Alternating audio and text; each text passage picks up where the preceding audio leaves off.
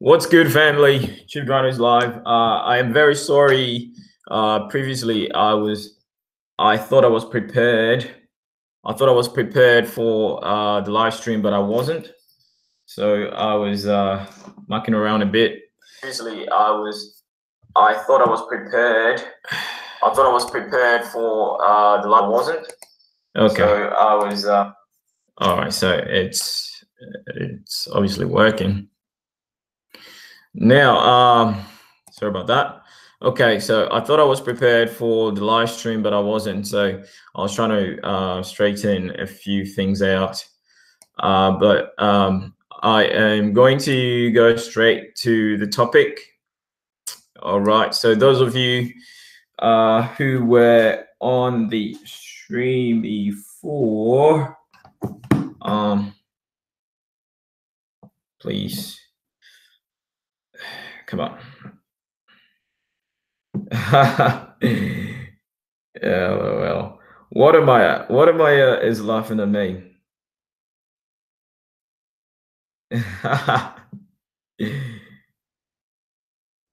What am I? You're laughing at me. Don't record anything silly because I will play it loud.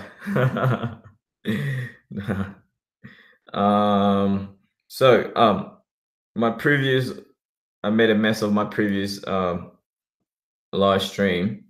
So I am going to start this very one. I'm going to share the link. Okay. I am going to share. So I am going. Right. It's working nicely. I am just gonna share this on WhatsApp. Sleeping. What am I? You sleeping?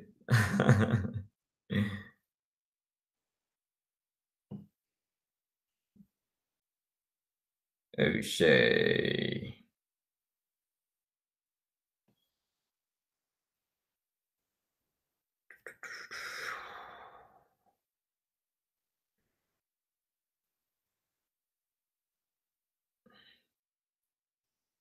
Okay.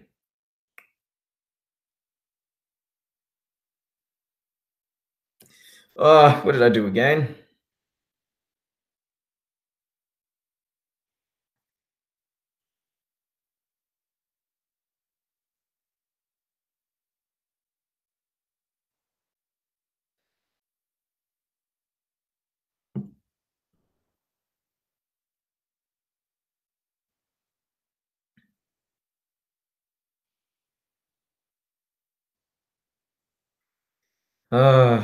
All right. So copy link. All right. I'm just trying to share the link, people. So if you've joined the stream, please bear with me. Please bear with Chiefdryno's technology. All right. So I have shared this with O'Shea. O'Shea. Please share this.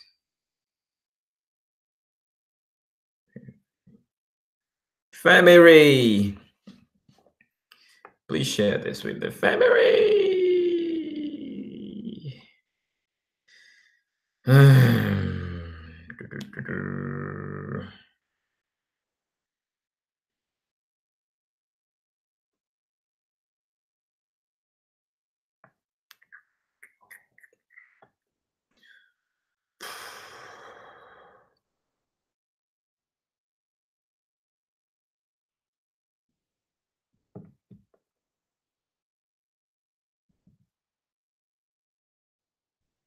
Sorry, guys.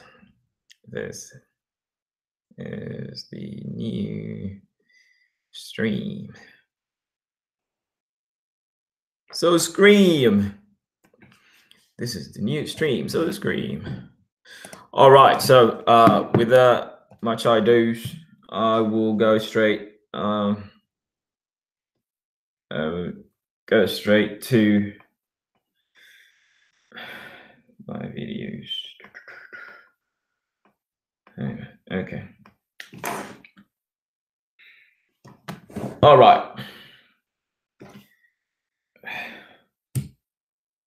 Omega Dread. Thanks for joining the stream.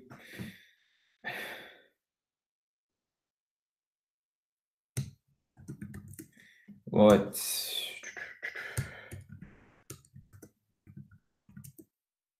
is good, family? All right, thank you for joining the stream, brother Omega. Yeah. So today's topic is Africa and her abundant contributions to technology. You know, in regards to modern technology. Okay, Africa and her abundant contributions to modern technology. All right, so this is the topic for tonight. With respect to wherever you find yourself in the world. Some of you are still on holidays, still on Christmas holidays. Yeah, and haven't resumed work yet, but I have resumed work. In fact, I didn't get any breaks at all, except on Christmas Day and New Year's Day. But I actually don't need holidays at the moment. Although I do miss traveling, I do miss going overseas. But for the past 3 years, I haven't gone overseas. So I am yearning. I am really, really eager to go overseas. Most definitely, either towards the end of the year, if I save up enough money for it, or most definitely next year. All right, most definitely next year, I will be going overseas. And my destination would be the United States. Right. Back to where my ancestors came from, right? Washington, D.C.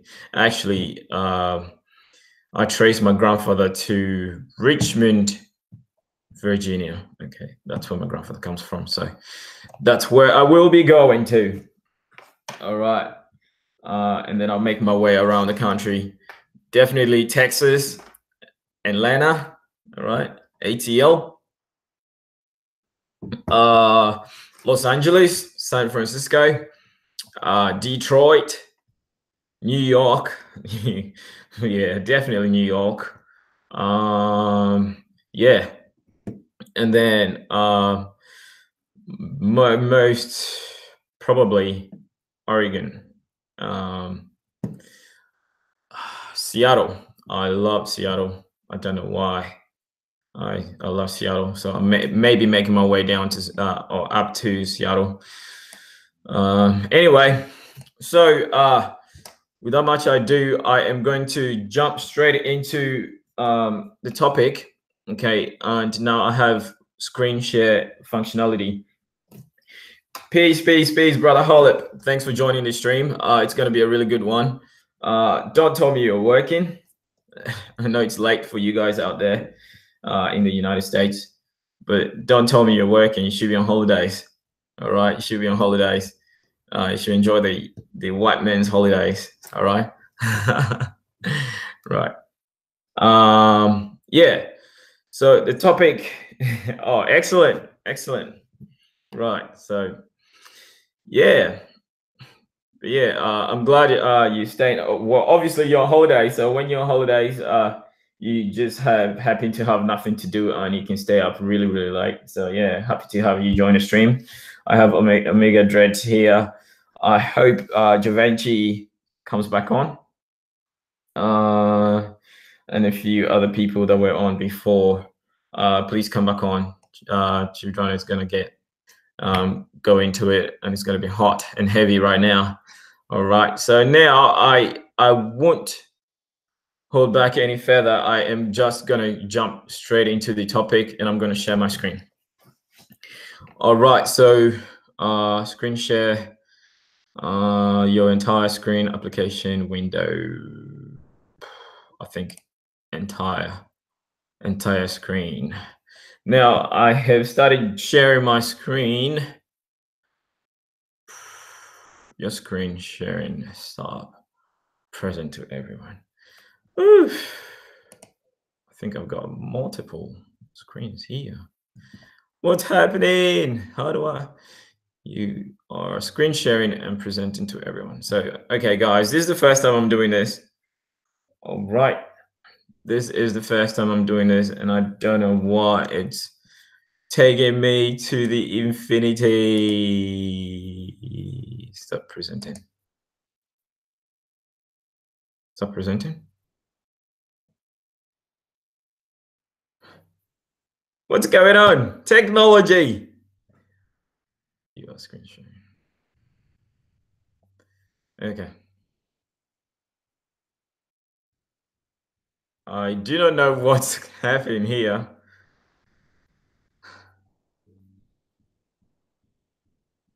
Okay. Unfortunately, that screen share did not.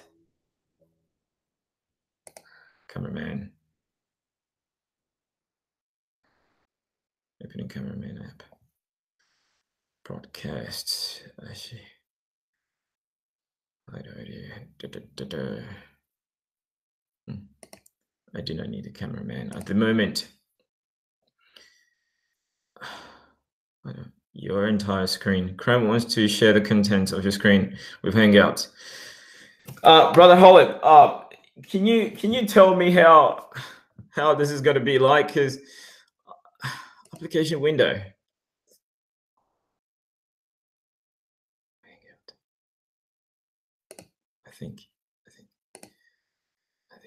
I think this is better.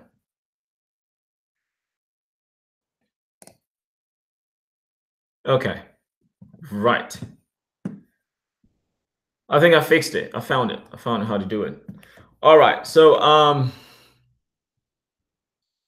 yeah. Can you see my mouse? Can you see my mouse? You got it. Thanks. Thanks. Okay. All right. Now I'm not seeing, I don't know. I can't see the playback and I can't see my mouse in the playback, but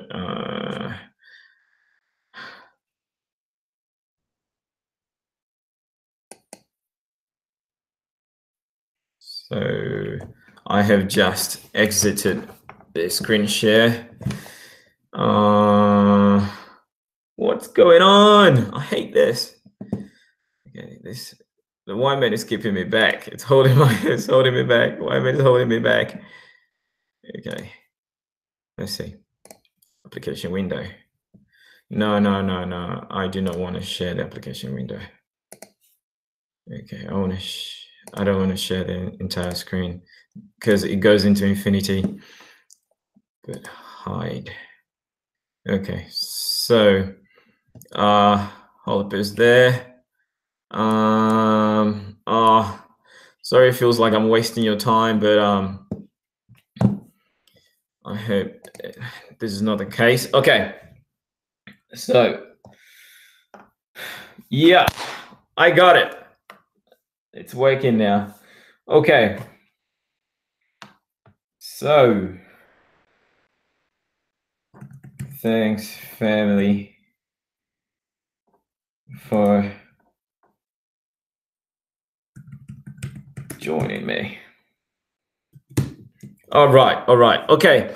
So I have with me this article here by Ghana Web. Okay. As all of you know, most of you know that I was born in Ghana. Okay. I migrated to Australia when I was very young. Okay.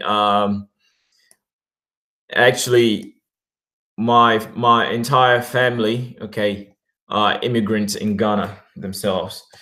Okay, so when we talk about Pan-Africanism, okay, I understand Pan-Africanism wholeheartedly. Okay, I accept Pan-Africanism. I love Pan-Africanism. I love everything about Africa. Okay, I love everyone of African descent. Okay, even if you profess yourself as an African, if you proclaim that you're an African and you do not look anything like me, okay, I will accept you as African. If you love the mother continent, okay, because essentially that's what we are. We are all made of Mother Africa. All right. Anyway, so yeah, this article from GhanaWeb.com, GhanaWeb.com. Okay, I came across this article on the 1st, I think on the 1st of January. Yep, right there. 1st of January 2019. Okay, this Tuesday, okay, 1st of January 2019, I found this article. Okay, and it was so amazing that, you know, I wanted to upgrade my technology. Okay, and since I'm going mainstream with my YouTube, I needed better technology to present my message out to my subscribers. So I have invested in Microsoft Surface Notebook 2, right? For those of you who saw my unboxing video, okay, it was quite interesting. Right, so there's an article here from GhanaWeb.com, okay, sums up everything that I want to talk about. Now, before I go into this article, right, we've all heard the saying that Africans never contributed anything to the world. Africans, all they're good for is building mud huts and whatnot. We all know this is not true. Okay, we all know this is not true at all. You know, all the racist remarks about Africans, you know, those are actually old. And if you are in 2018, okay, if you are in 2018 and you still perpetuate that lie, okay, you still carry on, okay, you still carry on that lie that Africans did not contribute anything to society, Africans did not build anything, okay. Egypt, okay, Egypt was built by white people or Europeans. Boy, you must be the dumbest person on earth. To be frank, you must be the most idiotic clown to ever live. Okay, all right. You're not racist, because I understand racism as economic base. Okay, if you prevent me from making money, okay, if you prevent me from advancing or being on top, you know, economically, okay, having my financial freedom to do whatever I want to do with my money, okay, that is racism. You're depriving me of whatever I want to do. And in today's world, everybody needs money to do whatever you want to do. And the new form of slavery, the new form of racism is economics. Okay, so if one country, okay, is able to place a sanction on another country, okay, it just tells you how racist that country can be. Okay, being that by placing sanctions on another country, you are depriving that country from making money, or you are depriving citizens of that nation of basically their basic human rights. Okay, so people are financially enslaved these days. Okay, so anyway, I'm going long-winded with that, but I'll get back to the topic, the article. So I'm going to go share my screen again. All right, so now so on the 1st of January 2019, I saw this article. I wanted to do a stream on it, but I wanted to share the screen too. So my iPad wouldn't let me do it. So I had to wait for the opportunity to go buy a new laptop. And luckily, this laptop was on sale. So I managed to get a discount for it. Okay, but I ended up spending about $3,000 anyways, with a few things that I needed to get. Okay, so this laptop was priced, I think, $3,200, but then it sold for 2,900. I mean, Australian dollars. It sold for 2,967 Australian dollars, which I got. I got a mouse, a Microsoft Bluetooth mouse with it, and 1 year subscription to I think it's called Trend Micro Antivirus. Okay, or antivirus software. Anyway, so going into this article, okay, we've all heard Africans never contributed anything, okay, to the world, but we know that in 2019, okay, you know, that is just ignorance, okay, and this is what made me launch my YouTube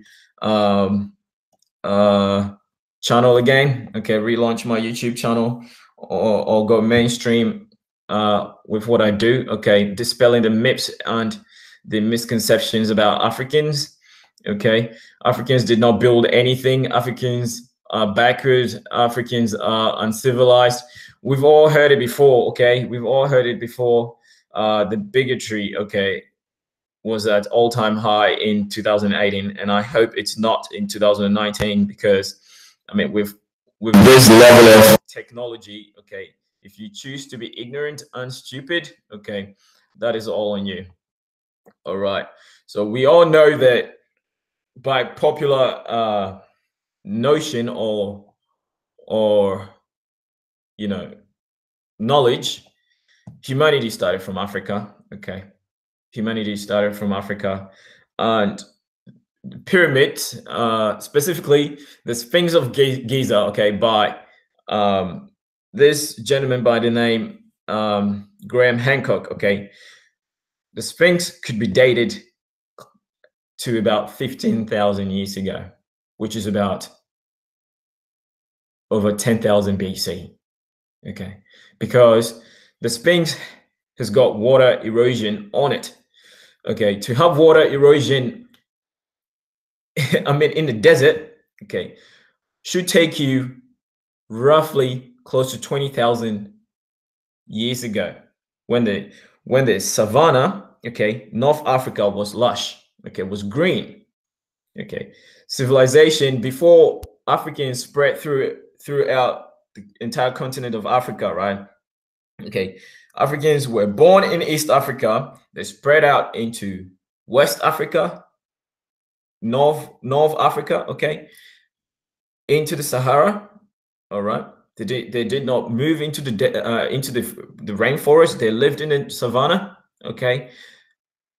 And when the desert came, okay, that's when they advanced into the south.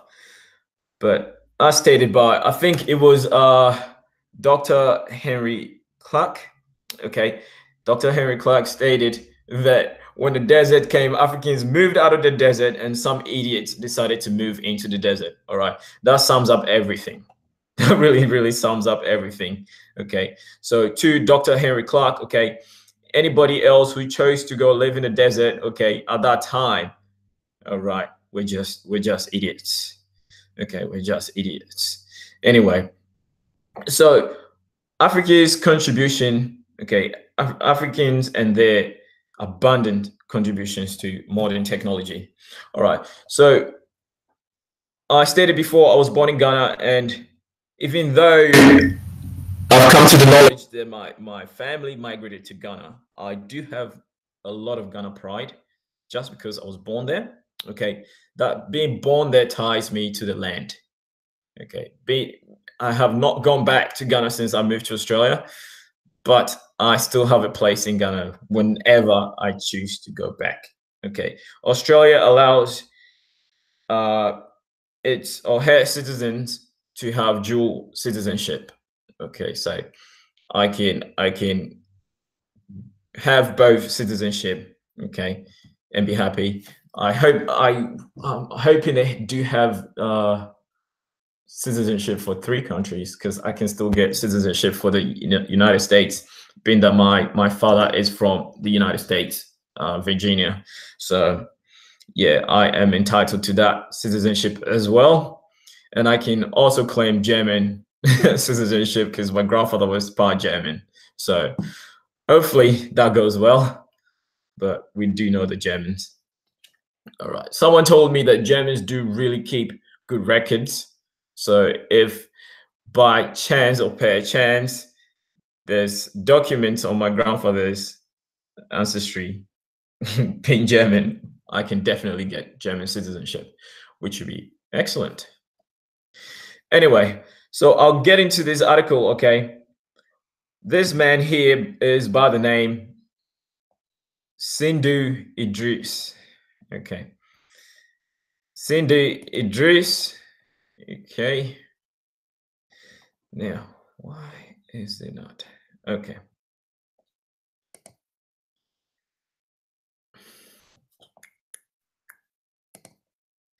Right, so I am sharing my screen now, just testing this now, okay? Sandu Iddris Sandu, okay? So the article says that inspiration story of 21-year-old Ghanaian or Ghanaian, whichever way you want to pronounce it. I think I prefer Ghanaian, okay? Ghanaian tech genius behind Uber, Instagram, and Snapchat. Okay, this dude here, okay, this dude here is from Ghana, and I'm going to tell you a little story, okay?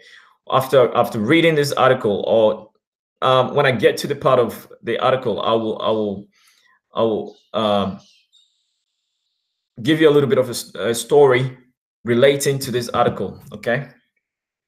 Now, so people say Africans are not bright enough, Africans are dumb, Africans are stupid. Seriously, that is just backward, okay? That is just stupid in 2019, okay? It's the most stupid thing to say, okay? One of the most intelligent people in this world, okay, are Africans. Okay, Africa's got billionaires. All right.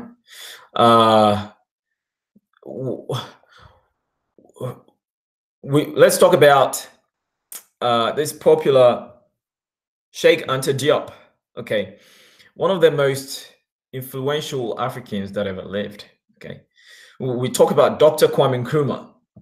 All right, Nelson Mandela. I mean, the wisdom of these people, okay, even Mahatma Gandhi, okay, did not get to his level of enlightenment, okay, without he being African, okay. There's something about Africa that when you step foot in Africa, okay, your mind just opens beyond possible reality. Okay, Europe did not get their renaissance without stepping foot in Africa. Okay, there's something in about Africa, okay, that just opens your mind. So, Brother Hussle, okay, I'm not sure if you've been to Africa yet. I know you guys are planning, I heard it from Carla, you guys are planning to do a trip to the motherland this year, okay? So, 2019, I know Carla is always talk, okay? Carla is all talk, all right? But I love Carla, okay? I love Carla, but, you know, Carla needs to go to the motherland, all right?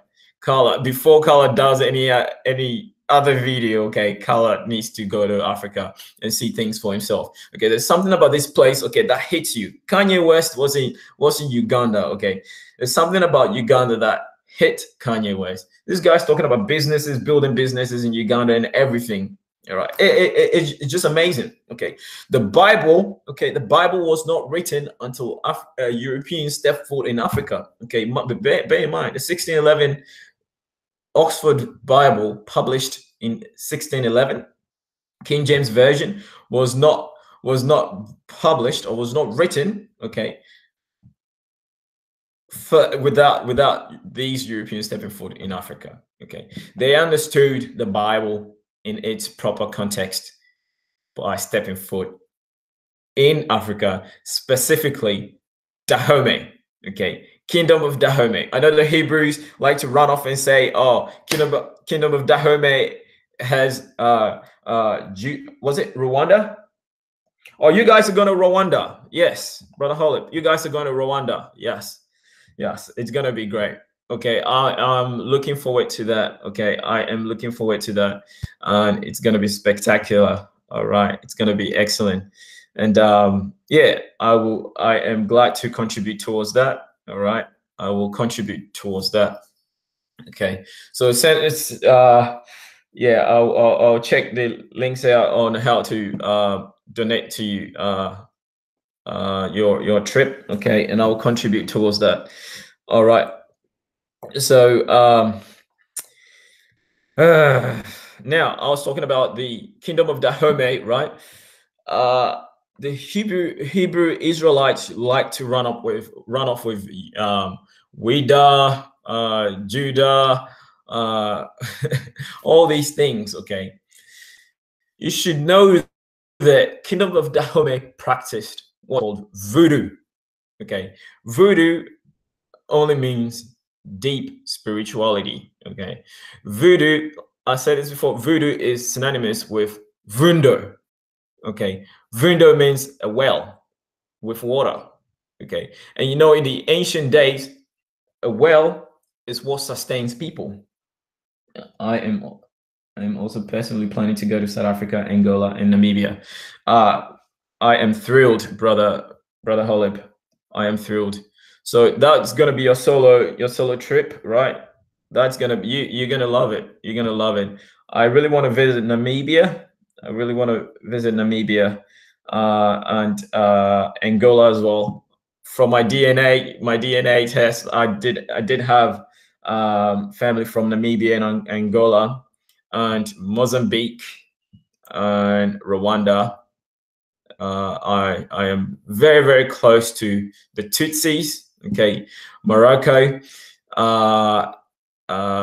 Sierra Leone. I know why it says Sierra Leone because my dad being African American. So definitely Sierra Leoneans were freed African American slaves. Okay, Sierra Leone was founded by freed African American slaves.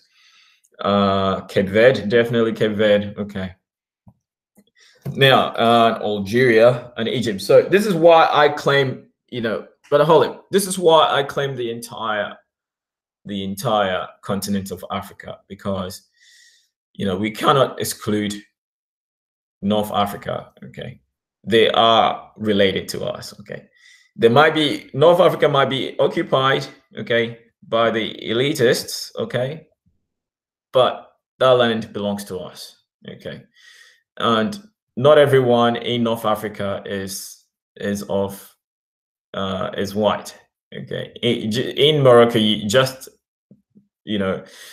outside the cities of Casablanca, Rabat, it's all black people.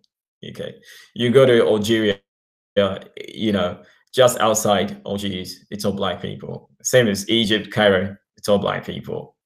Tunis, Libya, Tunisia, it's all black people there. So, we can't exclude North Africa. All right, North Africa is our home as well. I mean, it's all part of Africa. Similarly, Saudi Arabia, they all family.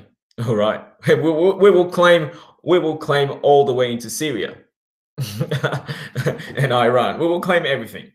All right. And the time will come. The time will come. We will claim it all. All right. The time will come because we already know Palestine is already part of the African Union. So we know where that is going. All right. We know where that's going. And Africa is going to be the next economic giant. And all these people would want to be part of Africa. You know, Israel, before they set eyes in Palestine, I mean, that's a desert. Israel is a desert. All right. It's the reason why they're able to farm there is because they added chemicals to the ground. But eventually the chemicals are gonna, you know, run out. All right. Everything's gonna revert back to nature. All right. But before they set eyes on the land of Palestine, okay, they had their eyes on Uganda. The Germans wanted to send them to Madagascar. All right. The Germans wanted to send them to Madagascar. So, you know, I don't know why they chose the desert, but you know, we all know it's a strategic. Possibly it is America's doing because, you know, America can have Israel as a puppet, okay, and use it as a military base because whoever controls the Mediterranean controls the trade routes. All right, through the Suez Canal. That's why Britain, okay, Britain and France, okay, took Egypt. I mean, went to war with Egypt. All right, went to war with Egypt just to recolonize Egypt, just to control the Suez Canal. Anyway, so I am going long-winded with the side story, the backstory, but coming back to this article, okay, I am going to read this article, okay, and I'll make my commentaries after. All right, it's a very, very short article. Okay, so article dated on Tuesday, 1st of January 2019 by GhanaWeb.com. Okay, inspiring story of 21-year-old Ghanaian tech genius behind Uber, Instagram, and Snapchat. Okay. Brother Holly, how do you eat whale, fam? One bite at a time. Oh, very nice, very nice. Okay, a journey of 1,000 steps. Yeah, a journey of 1,000 miles begins with a single step. That's another analogy, right? Okay, so it's very necessary that I talk about all these backstories as well because a lot of the family do not know these. This knowledge is not known to a lot of people, okay, and this also goes to perpetuate the ignorance, okay, that is going on. So yeah, back to my article. Have to be disciplined here.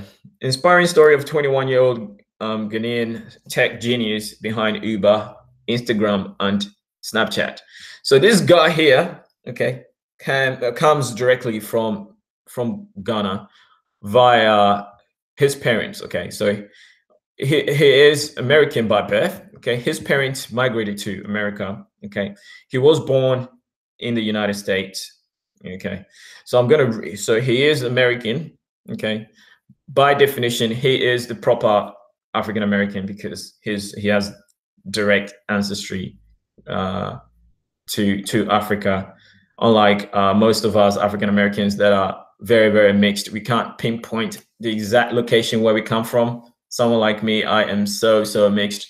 I have never seen myself solely as Ghanaian, even though I was born in Ghana. I love Ghana with all my heart, but what tops that is my love for the entire continent of Africa. I love the entire continent of Africa. I see myself coming from Africa. If you ask me, who am I will tell you I am African.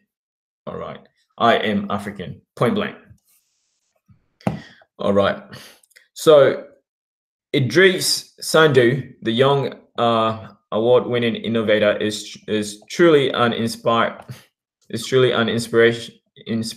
from. Sorry, I'm having trouble reading this. I think the screen is too far. I'll take that again. Iddris Sandu, the young award-winning innovator is truly an inspiration, from learning Java at age 10 to developing his first app on the original Apple iPhone. He continues his rise in the tech world with projects which includes the wireless charging table, Lifestyle One wearable, Project ACD Uber, Kira artificial intelligence operating system, okay, iris scan technology. So this guy, he is a tech guru. All right. This guy is a tech guru. All right. And he hails directly from Ghana. All right. He hails directly from Ghana, even though he was born in the United States. So Iddris recently helped rapper Nipsey Hussle create the marathon clothing. I didn't know who Nipsey Hussle was, but from this article, I went to look at him and I listened to a few of his raps. Again, I really dig that. I dig his rap. I mean, he's really good. So Iddris recently helped rapper Nipsey or Nip, okay, Nipsey Hussle create the Marathon Clothing, a smart store in Los Angeles, and also partnered with Kanye West and Jaden Smith on a few future businesses, clothing lines, and disaster relief projects that are set to launch in 2019. Okay, so everything is happening in 2019. During his days in high school, Iddris developed a mobile software that would later gain attention of former US President Barack Obama and land him at the White House, where he received the honorary Presidential Scholar Award. Okay, so a lot of you probably didn't even hear of this. Okay, so when it comes to the achievement of African Americans, you probably didn't even hear of this guy. Okay, he probably, and all you African Americans that hate on Africans, okay, Minister Jap, okay, Minister Jap, if you use an iPhone, okay, best believe that this dude here, who is a proud American, okay, and I'll get to that part of the article, okay, this guy here does not see himself anything other than an American. Okay, which is a shame, and I'll get to that. Okay, this guy here does not see himself anything but, you know, African. He sees himself as African American or American. All right, and I'll get to that. So during his days in high school, Iddris developed a mobile software that would later gain the attention of former US President Barack Obama and land him in the White House, where he received the honorary Presidential Scholar Award. He was only 16 years old. Now 21, the Los Angeles-based young man is a self-made tech guru, okay, who has accomplished many incredible feats, including being responsible for algorithms that have made Uber, Instagram, and Snapchat what they are today. So if you use Uber, if you use Apple, if you use Instagram, if you use Snapchat, okay, you should always remember this man, okay, Iddris Sandu. Okay, people say that Africans did not contribute to the internet. There's so many, you know, innovations, technologies, okay, that were created by African Americans, okay, that were suppressed by racist American government, okay, whatever, because the African American was a slave, okay, whatever he creates or she creates, okay, belongs to the master. Okay, I recently saw a documentary on the guy that actually created the not mobile plant, the automobile plant. Okay, he was behind the mass production of cars. This guy was an African American. Okay, there's a documentary on him. His name just skipped me. Okay. If you think Africans did not create anything, okay, the assembly line in the car manufacturing business, okay, was created by an African American, okay, going down to electricity, okay, going down to, you know, mechanized farming, okay, tools and weaponry, okay, topography, all was farming, okay, agriculture, all was African Americans. All right. Especially the growing of rice. Okay, the technique of growing rice came from West Africa. Okay, came from West Africa, right? And these people, you can see you can see them replicating the technique used in farming rice in Virginia, where the first African slaves landed or were taken. Okay, you can see that in Virginia. Same as the methods of fishing. Okay, you can see that in the East Coast as well. But yeah, going a bit long-winded with that. But Africans, okay, nearly every technology, okay, there is always an African or an African American behind it, or point blank period, someone of African descent behind it. All right. I was very intrigued when Vice President Mike Pence, after the US elections, okay, that launched President Trump into the White House. Okay, shortly after that, President Mike Pence went to visit the troops in South Korea. Okay, I was thrilled, okay, beyond, you know, beyond everything else, okay. The army general, okay, was an African American, okay. The army general, you know, introducing the army to Vice President Mike Pence was an African American. This is mind-boggling, okay. I feel so proud. Okay, and this was on the front page, okay, of the I think the Herald Sun in Australia. Okay, this is big. This is big news. A lot of you did not see that. Okay, but these things, I take notice of these very little things, and these things make so much, you know, make me feel so proud of the achievements of Africans and African Americans or Black people globally. So there's actually a book that I have, okay, that it's titled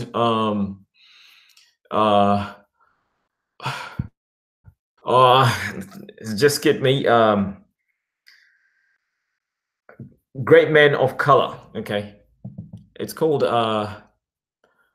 something along that line. Great Men of Color. Okay, I think it's something like that. All right, and it just you know, catalogs all great people in history of Africans and African Americans or people of African descent that have contributed, you know, greatly to the world, to history. Okay, Hannibal Tabaka, okay, of, you know, Carthage. Okay, you know, introduce a new form of warfare. Okay, for the first time, okay, Europe was introduced to what a tank would look like. Okay, he drove elephants from Africa into Europe and attacked the Roman Empire with elephants. Okay, in those days, you know, if an elephant is charging at you, okay, an elephant which weighs about 5,000 kilograms, 5 tons, okay, this thing can bulldoze a house. Okay, imagine that charging through an army. Okay, I mean, this was beastly. Okay, this was epic. All right, but it's not talked about. Okay, it's not talked about, but we know. Okay, we know. So going back to my article, okay, Iddris Sandu, okay, he was only 16 years old, now 21. The Los Angeles-based young man is the self-made tech guru who has accomplished many incredible feats, including being responsible for algorithms that have made Uber, Instagram, and Snapchat what they are today. The software engineer considered himself a cultural architect. Okay, he considers himself a cultural architect, and said he aims to level the playing field. Don't know what that means, but between Silicon Valley and young communities of color. So already this man is doing something for the Black community in America. Okay, so people like Minister Jab, don't spew this rhetoric that Africans never did anything for African Americans. Please, I don't want to hear that. Okay, because that rhetoric is preposterous. It's a damn lie. Okay, Africans contributed so much. Okay, you haven't heard of Dr. Kwame Nkrumah. Okay, Dr. Kwame Nkrumah inspired MLK. Dr. Kwame Nkrumah inspired I can't forget his name now. Okay, he inspired Muhammad Ali. Okay, Curtis Carter. Okay, he inspired him. All right, Dr. Kwame Nkrumah inspired. Okay, he inspired nearly every African leader at that time. Okay, he was the reason why. Okay, the entire continent of Africa decided to fight colonialism. Okay, and gain independence. Dr. Kwame Nkrumah was the reason why. Okay, Malcolm X. Okay, was able to do what he did. Okay, he was inspired by Dr. Kwame Nkrumah as well. Okay, Dr. Kwame Nkrumah inspired Fidel Castro. I mean, this guy he was by far, I think, the most intelligent African I have ever known. Okay, the most intelligent African in the modern era. Okay, that I know of very, very well of. Okay, so, and again, Africa never seems to be short of inspirational leaders. Okay, there's never a shortage of Africans that can step up. Okay, but in this world of racism in the form of economic sanctions placed on Africa, okay, it's what's holding Africa back.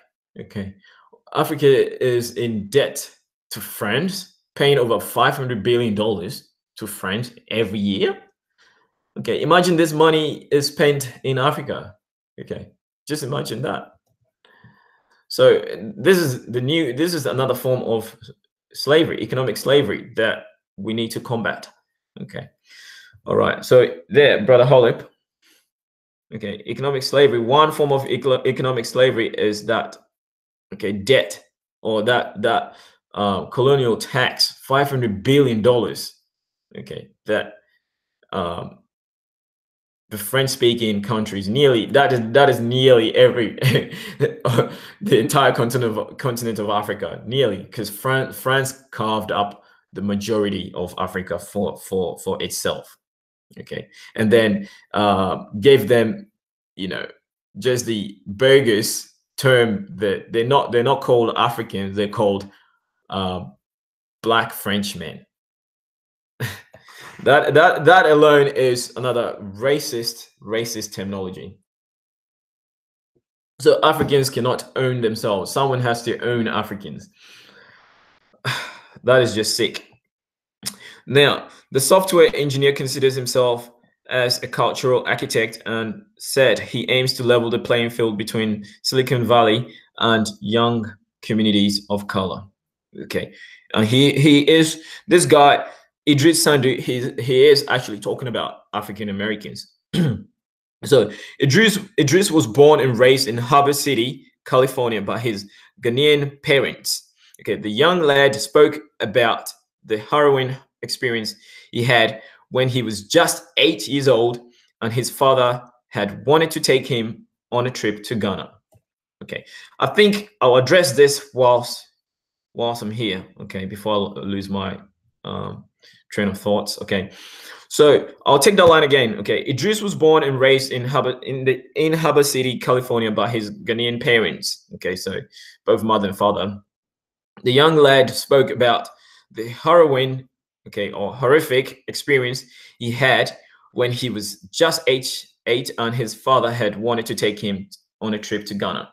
Okay, okay, the young man. Okay, I'll highlight that. Okay. that being highlighted, okay, okay. What Ghanaians love to do, okay, Ghanaians overseas, okay, and this happened to one of my cousins, okay. If they come to the West, okay, if they have children in the West, okay, and their children misbehave, okay, and my own dad has said this to me as well. If their children misbehave, because what happens is in Ghana, okay, they always go by the term, if you spare the rod, you spoil the child. Okay. In Ghana, you get lashes, you get you get whipped. Okay. They still cane students in class. Okay. If you misbehave, you get lashes. You get lashes. All right. So, discipline, one thing Ghanaians are known for, other than being hardworking and being, excellent in academics, okay, they're very, very disciplined. Okay, Ghanaians can be very, very disciplined. All right, because they in Ghana, Ghanaians love strict discipline. All right, they still follow the strict British rule or system of governance. Okay, and there's an interesting story that one day Dr. Kwame Nkrumah attended the he attended the Achimota secondary school, which became the University of Ghana, right? He jumped through the window because he was being beaten by his white British teacher. Okay, so this guy was pretty naughty during his school years. Okay, he escaped from class because he was meant to take some lashes from the British teacher at the time. Anyway, I digress. So one thing Ghanaian parents often tell their children is, if you misbehave, we will send you back to Ghana. Okay, so this young man here, I know this story very well. I know I have experienced this very, very well, and I've had my own dad tell me this several times. If you misbehave, I will send you back to Ghana. So this thing here is not new. All right. So obviously, this kid here, and most Ghanaians, okay, would love their children to experience what it is like to be Ghanaian, or to experience where they came from. Okay, and Ghanaians are very, very proud people, and I'm very excited that this guy still bears his name, his African name. Okay, which he hasn't changed his African name. Okay, Ghanaians always keep the names. If you see a Ghanaian, okay, you can identify a Ghanaian by his name or her name. They never change their names. Okay, it is a shame for Ghanaians to disown the ancestry. Okay, so that's why sometimes it might come to you African Americans as rude that an African will say that I know where I come from, but you guys don't. But it shouldn't deter you, okay, from loving Africa. Myself, I thought I was from Ghana. Okay, I was born in Ghana. I thought I was from Ghana, and later on in life, I realized that things were not what they seemed to be. And I'm not alone. Okay, I went to primary school, okay, with a lot of people, okay, having American names. Okay, and I heard it somewhere that there are over 40,000 African Americans living in Ghana. Okay, but Google says that up to 5,000 officially. Okay, 5,000 African Americans live in Ghana, but I think that's not true. There are a lot of people that probably do not even not even part of the census when it's done in Ghana, because a lot of the places in Ghana are so remote. Okay, are so remote, and not everyone in Ghana is counted. But anyway, so Iddris here at 8 years old was, sent to Ghana. Okay, so I'll read this again, and I've told you the backstory of that. Okay, my cousin, okay, he was a bit naughty. Okay, he was actually in high school. He was actually naughty, so naughty, right? His parents had to send him back to Ghana to learn how to be Ghanaian, or to just to create an awareness in him. Okay, to know what he's missing out when it's been sent to Ghana. Okay, so he was there for a few months, and then he was brought back. And then, yeah, it really worked. It did work. It changed his life. It turned his life around. Okay. And he is the most hardworking dude I ever know, because he really works hard, and he's quite responsible now than he used to be when he was younger, prior to his father sending him back to Ghana. So Idris here has similar story, okay? And by experience, okay, I know this story very, very well. All right. This story here is so resounding, okay? Idris was born and raised in Harbor City, California by his Ghanaian parents. The young lad spoke about the heroin experience he had when he was just 8, and his father had wanted to take him on a trip to Ghana. But on the fourth day, so in quotes, okay, he's quoting that. But on the fourth day, he abandoned me in this village, took my passport, and came back to the States. Okay, sounds so familiar. Okay, this is the story of my cousin. Sounds so familiar. Okay, Sandu told Oxford University's Music and Style magazine, adding that he was abandoned for almost 9 months, okay, before getting into contact with an NGO, which helped him travel back home.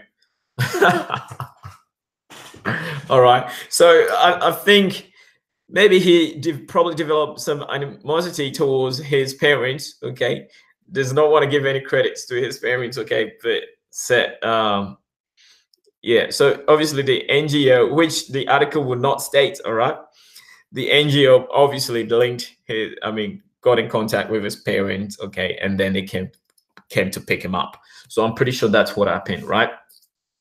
So Idris, right? He got back to the US when the first ever iPhone was unveiled, and this started his journey into the tech world. I just got super inspired. Okay, quoting. I just got super inspired. I thought this device is going to change the world. The reason why the iPhone was so important was because it was the first time when regular consumers could develop for other regular consumers. Okay, before you really had to work at a tech company for multiple years to be able to offer any sort of input or create an app. But Apple made it so mainstream. I knew it was the future, he said. Just 10 years old, Sandu started learning programming on his own for the next 2 years at a public library. And this was where he got spotted by a designer from Google who offered him an internship opportunity at the company's headquarters. Okay, so it sounds very similar. Okay, I was less than 10 years old, and I was building my own computer. Okay, I was building my own computer. I go to people's nature strips. Okay, I pick up people's thrown out computers. Okay, I pick out the RAM. Okay, I pick out the motherboard. I find a box for it, and I install it all in there. Okay, get the power box. I installed everything. I was building my own computer at age 10. All right, at age 10, I was opening up my the TV in the house. Okay, I was opening up the TV at home. Okay, and building, reprogramming the TV, and recalibrating these TVs all by myself. Okay, and I had a horrific incident where I got electrocuted. Okay, I was being stupid. Okay, I got zapped. Okay, all right. It was the most fearful time of my life where I got zapped. Okay, I almost killed myself at age 10, opening up the TV whilst it was on. Okay, and those TVs back in the day were on 240 volts. Okay, so it was just some sort of miracle that I survived that. Some sort of miracle. Okay, so this is nothing new. Okay, a typical African at age 10 is so creative. Okay, a typical African at 10 years old is very imaginative, innovative, very creative, very artistic. Okay, just name it. Okay, just go on the street and speak to a normal 10-year-old African American or African. Just hear what he's going to tell you. What these young Africans will tell you will blow your mind. Okay, they're so intelligent. Okay, so what happens in their teenage years? Okay, when they do not get looked after properly, that's when they go, wayward. They do not get better parental guidance. Okay, this is where they end up in juvenile detention centers and end up in jail. Okay, just because their parents cannot look after them. Okay, and this is what ruins a lot of African Americans. Okay, because the parents are too busy, being so selfish and not caring about their kids. Okay, the most critical time for your kid is before age 5. If you cannot govern your child by age 5, okay, your child is set in his ways after 5 years old. Okay, so bear that in mind if you're having children. Okay, make sure your child gets proper discipline before age 5, because after age 5 it becomes hard, and it is really, really hard when your child becomes a teenager. Okay, nearly impossible. Okay, and bear in mind, whatever you choose to do with yourself in your teens will determine what will be doing in your 20s, and what you'll be doing in your 20s will determine how your retirement is going to look like. Okay, how your retirement is going to look like, unless you win a lottery or you get lucky. Okay, so just 10 years old then, Sandu started learning programming on his own, and I think at age 12 I did get a job with an internet cafe. Okay, I was working for an internet cafe. Okay, at age 12. Okay, I was installing and uninstalling Windows. I was doing networking. Okay, I know how to make network cables, Ethernet cables. I know how to build them all. I know how to build servers. Okay, and this is me when I was 10 years old. Okay, this is what I was doing at 10 years old, and I love technology. All right, I can't remember the number of Game Boys that I've destroyed just to see what sort of technology is in them. Okay, all my games and electronic devices, I never throw anything away. I keep them all. Whenever I have a broken PlayStation controller, I don't throw it away. I keep it. I reverse engineer it. So Africans are always creative. All right, we were born smart. We were born ready to rock. Okay, we were born ready to survive.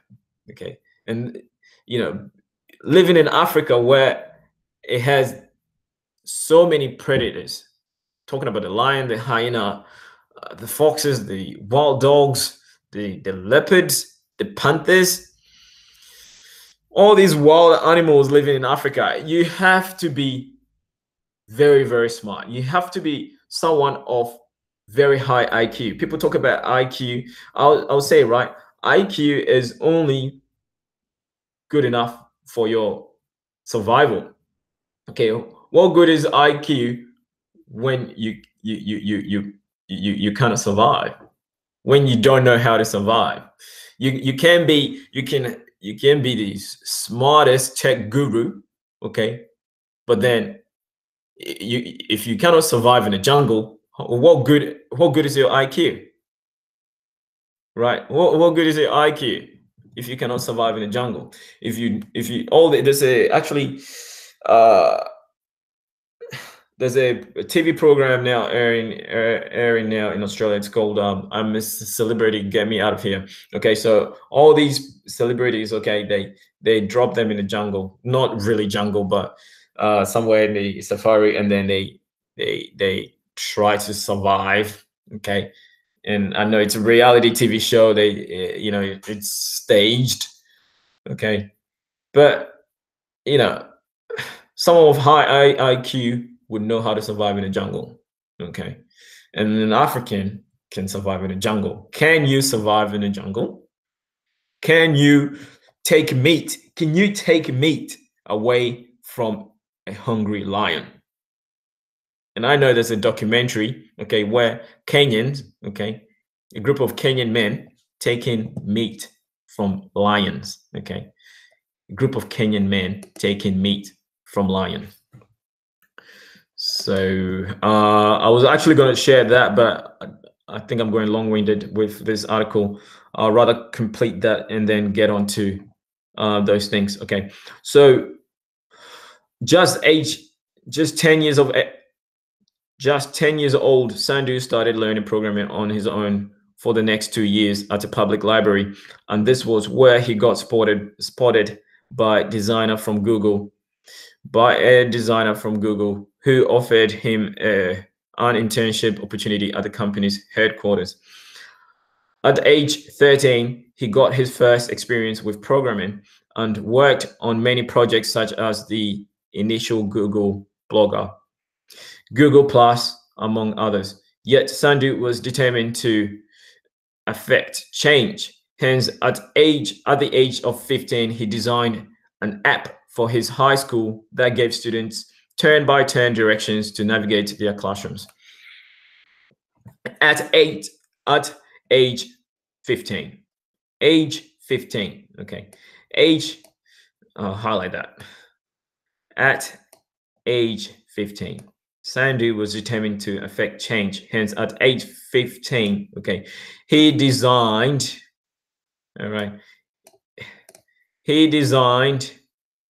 an app. Okay, right here.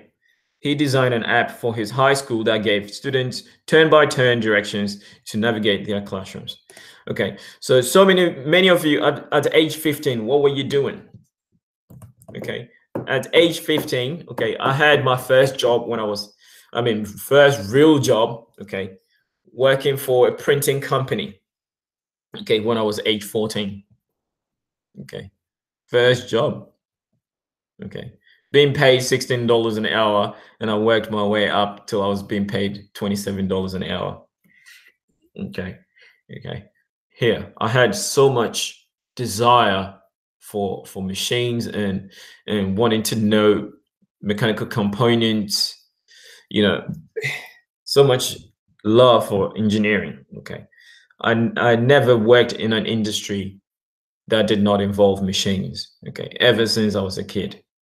Okay, so I am a prime example of an African that is quite technologically inclined. Okay, and Sandu, I see myself, reflecting in this story here. Okay, Sandu was determined to affect change. Hence, at age 15, he designed an app for his high school that gave students turn-by-turn directions to navigate their classrooms. Being the only school in California that had an app made by students, Sandu received wide acclaim that would later afford him a meeting with former President Barack Obama. And again, I'm pretty sure not many of you have heard this. Okay, Brother Hollip, if you're still there, did you hear of this? Did you hear of this gentleman by the name Iddris Sandu? Okay, having an honorary award from President Barack Obama. Okay, did you hear this? I'm pretty sure none of you heard it. And certainly, Minister Jap did not hear this. Okay, certainly Minister Jap did not hear this or does not know of this. Okay, I continue. During that same period, Sandu wrote an algorithm that he would go on to sell to Instagram. And so he wrote the algorithm when he was what, 15 years old. He was 15 years old. Okay, he wrote an algorithm which he sold to Instagram. Okay, hang on. During the same period, Sandu wrote an algorithm that he would go on to sell to Instagram. And by the age of 18, he was already consulting for Snapchat before landing at Uber. Okay, this in just 3 years. In just 3 years. Okay, I'll take that again. During that same period, Sandu wrote an algorithm that he would go on to sell to Instagram, and by the age of 18, he was already consulting for Snapchat before landing at Uber, where he created a software autonomous collision detection interface. Okay, for Uber, or that's for Tesla. Okay, or self-driving cars, for self-driving cars. Okay, so he created a software, okay, called autonomous collision detection. So if you drive a car, okay, your latest car like the Subaru, okay, don't think the Japanese created this. It was created by a Ghanaian, okay, Ghanaian American, an African American created this.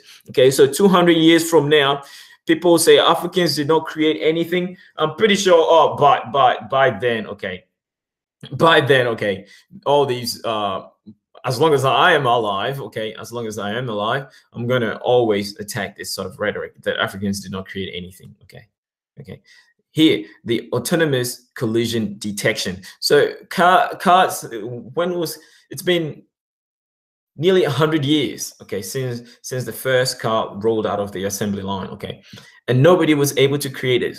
And an African years old, 18 years old, created this, the autonomous collision detection. Okay, I personally also do have, ideas, okay, that would stop people losing their lives, okay, when an airplane, in terms of an aircraft disaster, okay, people will not lose their lives. And it's all about putting people in capsules. Okay, whenever there's an emergency, the airplane cannot cope, just release the capsule. Okay, the capsule can fall with a parachute. Okay, I was thinking of this when I was a kid, when I was a child, because one of my childhood dreams was to be a pilot. Okay, and at uni, when I was in university, okay, studying my degree in mechanical engineering, okay, the Australian Army, okay, Air Force presented us the opportunity, to join the Australian Air Force, okay, where we could be mechanics for the jet fighters, okay, and we can work our way to become the fighter jet pilots, okay. Right, those were great opportunities, but I think I was too young to think that through. Okay, I did not take it. But coming back to this innovation here, okay, the autonomous collision detection, okay, was created by this gentleman here, Sandu Iddris. Okay, and I bet you didn't know that. I bet nobody knew this. All right, nobody knew this. With the passion to bridge the gap between the informed and the uninformed, and to inculcate into young people like him the need for invention and creativity, he left major tech companies to bring that change. Okay, so in order to be innovative, it's better to go on your own. It's to go on your own. Okay. Oh, I want to turn off this notification. Anyway, I'll leave that. Information is one of the highest forms of class. Okay, this is what he said, and this is what keeps people divided. You should be able to think on a higher level instead of being strictly consumers. And people of color in particular are more likely to be consumers than creators. Okay, this is true. It's really hard to get out of poverty or to change the structure of economic power if you are always going to be a consumer rather than creating, or I would say rather than being a producer. Okay, shifting the narrative is what I've been trying to do, and that's far it's worked. It's successful. So this is a quote from Iddris. Okay, this is a very, very brilliant quote from Iddris. Okay, and this directly speaks to the African American community. Okay, Brother Hussle, this directly speaks to the African American community. Brother Omega Dreads, okay, this speaks to You guys, okay? Don't be consumers, okay? Don't be consumers, be producers. Thanks for joining the stream. JPV, welcome to the stream. Yeah, I I'm sorry, I'm not gonna rewind. Yeah, but I'll recap, okay? I have gone about talking on and on about how Africans have created so much, have contributed more than exceedingly abundantly to to the development of technology in this world. And you, JPV, you attest to that. Okay, you attest to that. Right from the earliest hunting tools are found in a cave in South Africa, dated back over 100,000 years. Okay, 100,000 years. Okay, it's called the Bloomberg, I think Bloomberg Cave in South Africa. Okay, Bloomberg Cave, Bloomberg. No, not Bloomberg. Oh, I forgot the name, but it's around that line. Bloomberg. Let's say Bloomberg Cave. Okay, you will find it if you Google it. You'll find it. But anyway, so this gentleman by the name Iddris, okay, is so inspirational. He's only 21 years old. Okay, at age 15 or 16, 15, he was already developing apps and algorithms for Google, okay, for Instagram, Snapchat. If you use any of those technology, okay, this gentleman here, okay, was involved. And I bet nobody would talk about him. Nobody would talk about him. Nobody would talk about him. Okay. Okay. So I found this article on the 1st of January 2019. Okay. And Ghanaians are always proud about themselves. And this was on GhanaWeb.com. Okay. This was on GhanaWeb.com. Okay. Ghana has produced so many inspirational people throughout the world. Okay. Okay. So many inspirational people throughout the world. Apparently, Michael Jackson traced his ancestry to Ghana, and there was a relative of Michael Jackson living in Ghana, or is still living in Ghana. Okay, yeah, a lot of African Americans trace their ancestry to Ghana. Okay, and this is great. This is great. All right. So this man here, Iddris Sandu. Okay, one of the things you didn't know. Okay, he was okay, he was the father of this autonomous collision detection interface. Okay, that was him for self-driving cars. Okay, it was this guy here. It was this guy here.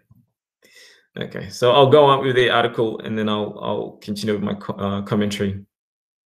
So I'll read this line here. Okay, this quote here summarizes everything that African Americans need to recognize about themselves. Okay, information is one of the highest forms of class. So I'll rather, class. I'll rather have class. Okay, class. Class is something that you can create. Okay, class is something that people can respect. And a lot of people, white people have moved from being racist to being classists. Okay, and class is something that you can create. Okay, racism is beyond, inhumane. Okay, it's beyond barbaric. Okay, but I would say the new form of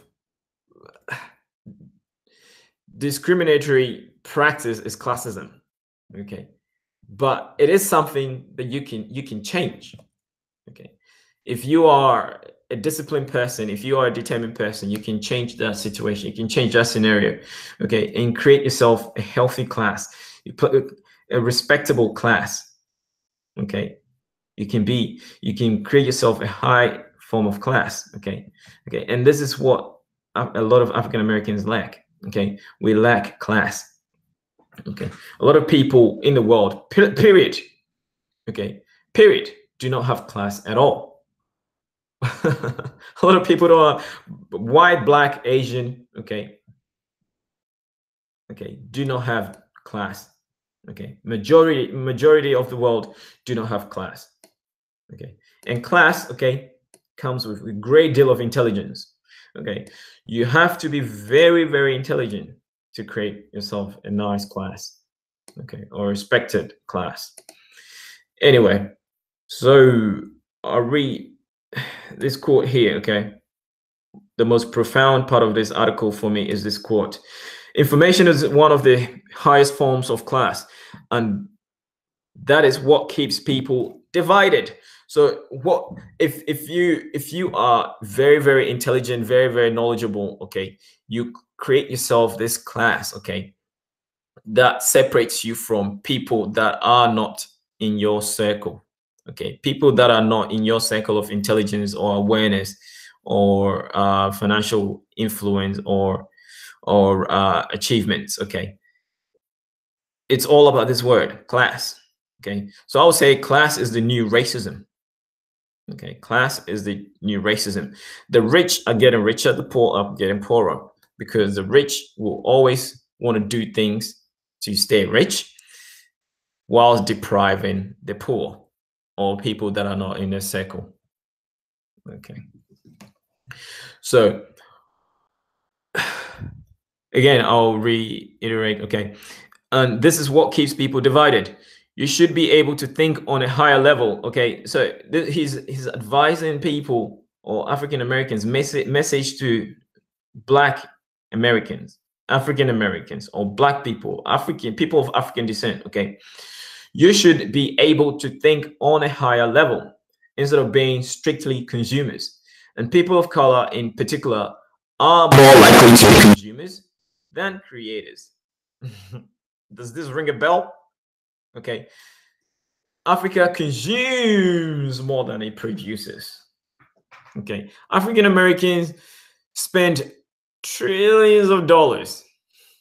Do they create anything of equivalence? No. Out of the millionaires or billionaires in America, less than 1% are African Americans. I do not know the exact figure, but less than 1% are billionaires. Okay, but majority, okay, of African Americans are consumers. They never grow up to be incentivized to create anything, to produce anything. And again, majority, not all, but majority of African Americans are just consumers. I want to have the latest iPhone. I want to have the latest motorbike. I want to have the latest this and that. Okay, but have never ever taken a step to create anything. Just want to wake up and consume.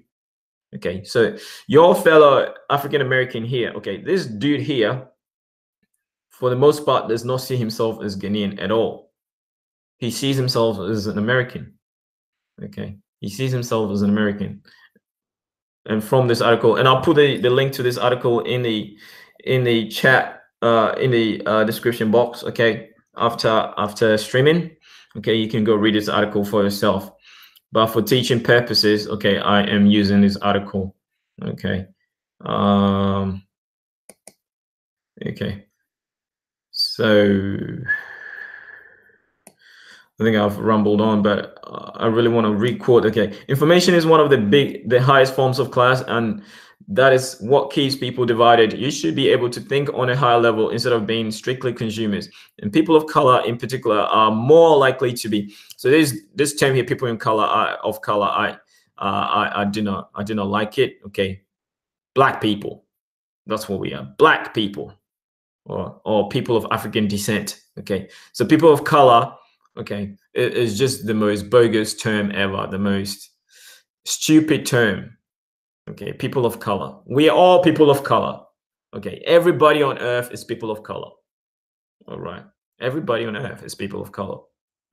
So it's the most stupid term ever. Okay, so I'll say people of African descent in particular are more likely to become consumers than creators. It's really hard to get out of poverty or to change the structure of economic power if you are always going to be a consumer rather than a creator. not create, rather than creating, rather than being a creator. Shifting that narrative is what I've been trying to do. So said Iddris, right? And that's far, it's worked. It's successful. So this is by far the most, influential quote, for 2019. Okay. Do not be a consumer, be a creator, or be a producer. Okay. And thus far, it's worked. It's successful. Okay. So this is the blueprint of being successful.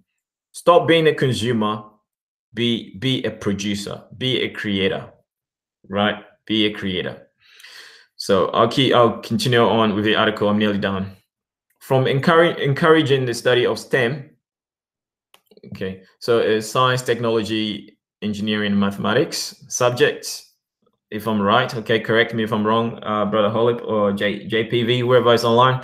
Okay, from encouraging the study of STEM subjects in schools and at higher levels, Sandu in 2017 met rapper Nipsey Hussle at local Starbucks, and in 3 weeks they had transformed an abandoned storefront in Los Angeles into a marathon clothing store.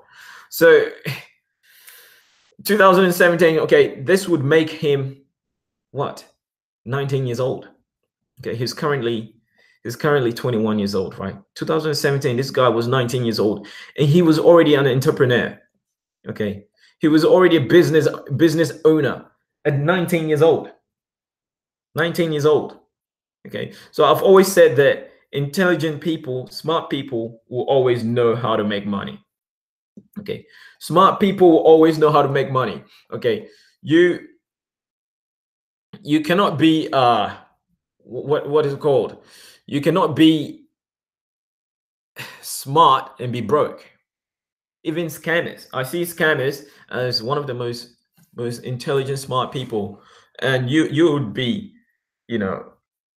the dumbest person, one of the dumbest person to fall into a scam. Okay, so a scammer has a higher form of intelligence or IQ than you if you got scammed. All right, if you got scammed. All right. So Iddris, from encouraging the study of STEM subjects in schools and at higher levels, Sandu in 2017 met rapper Nipsey Hussle at a local Starbucks, and in 3 weeks they had transformed an abandoned storefront in Los Angeles into the marathon clothing store. Okay, so at age 19 he became a business owner, an entrepreneur. The smart store offers exclusive music and other content to consumers who have downloaded an app, said the New York Times. So this guy incorporated his technology into his business, and this is very, very smart. Okay, this is very, very smart. The store leveraged Iddris' tech and design background and Nipsey's cultural influences, sparking the interest of many journalists as well as hip-hop and cultural icons like Russell Westbrook, Vegas. Just passing through. Thank you, my brother Anthony. All right, brother Anthony. All right, this is one of my brothers here. Thank you for joining and subscribing. Long time no see. All right, very soon I shall come visit. All right, very soon I shall come visit. So so I'll take that line again. Okay, the store leveraged Iddris' tech, okay, and design background and Nipsey's cultural influences, sparking the interest of many journalists as well as hip-hop and cultural icons like Russell Westbrook, Vegas Jones of Rock Nation, amongst others. In an interview, it mentioned Kanye West before. It did mention Kanye West before. Okay. In an interview with the CNBC, Sandu said the store has helped him bridge the gap between culture and technology, and will love others to do the same. So what he is doing is trying to culturally change the minds of African Americans. Okay, that technology innovation has always been part of our lifestyle as Africans. Okay, one of the oldest, mines you can ever find, okay, was in Africa. Europeans do not understand how Africans were mining gold. Okay, they do not understand that. They don't understand how Africans had the knowledge of metal. Okay, metallurgy. Okay, all these intricate artwork, design. See, they stole the bronze statues from Dahomey, and took them to Europe. Okay, Europe has over 10 million, over hundreds of millions of artifacts stolen from Africa. Okay, and I just did a story on how Belgium has over 10 million artifacts that it took from Congo alone. 10 million artifacts from Congo alone. Okay, sitting in a museum owned by bloody, excuse to drink water, owned by bloody King Leopold II. Okay, and in his own private museum. Okay, all right. So they're trying to return all these artifacts back to Africa. Okay, and the ignorance on the comment section, people are saying, "Oh, how Africans gonna house this?" Nah, look, a grand museum just opened in Senegal. Okay, it's called the Renaissance Museum. Okay, in Dakar. Okay, just Google the Renaissance Museum. Okay, of Africa in Dakar. You'll be mind blown. This thing is so beautiful, right? This thing is so beautiful. So Africans are on top of the game. They get in there. Okay, they get in there.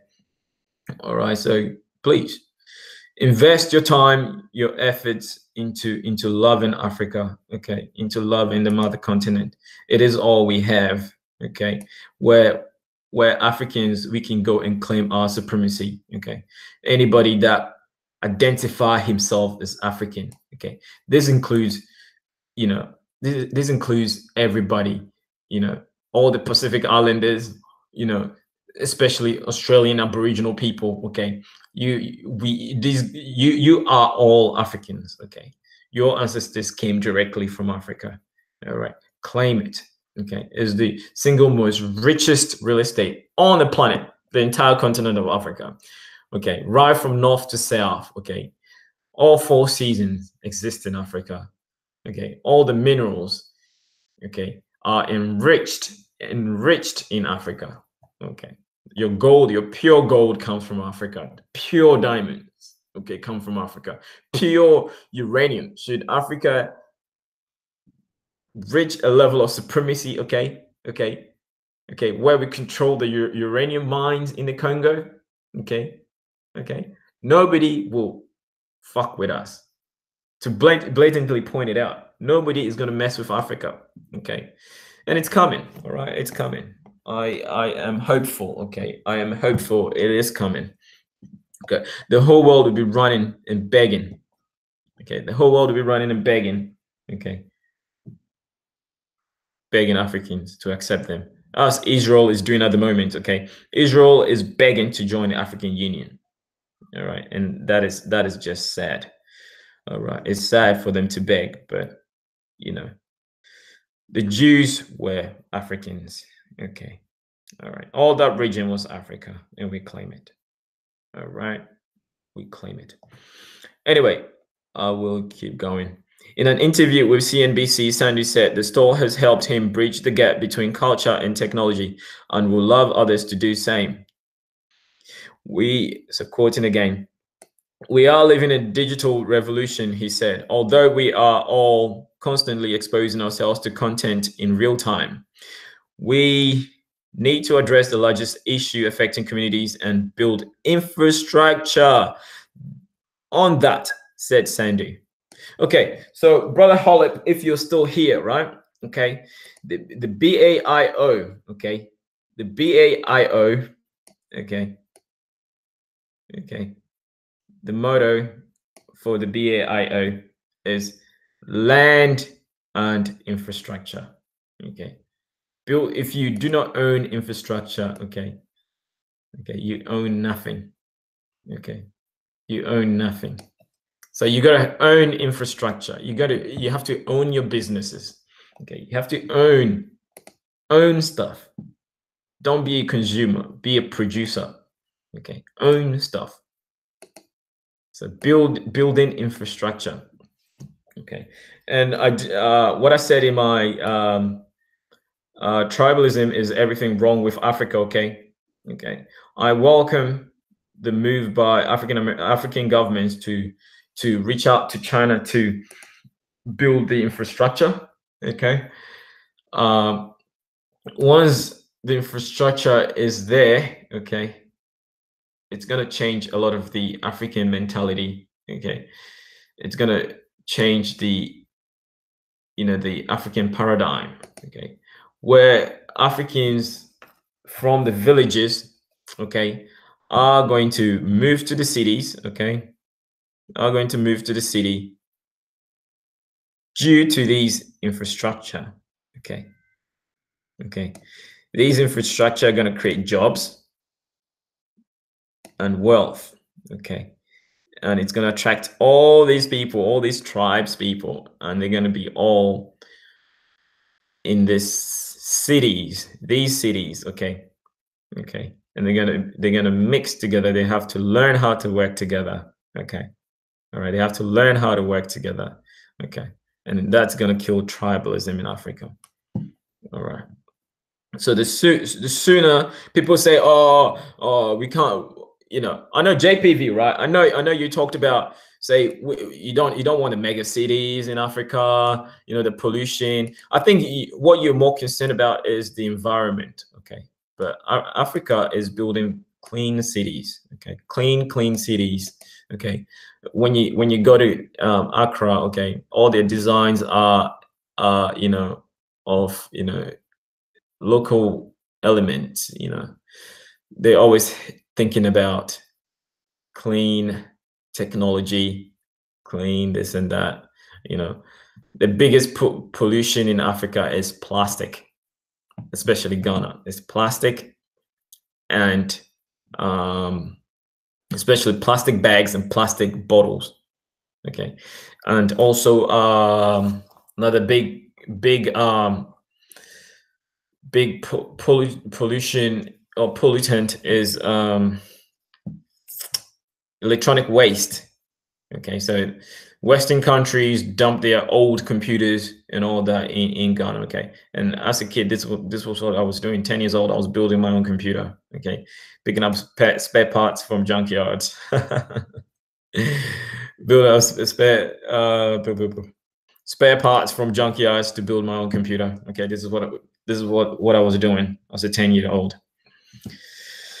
Anyway, I'll go on.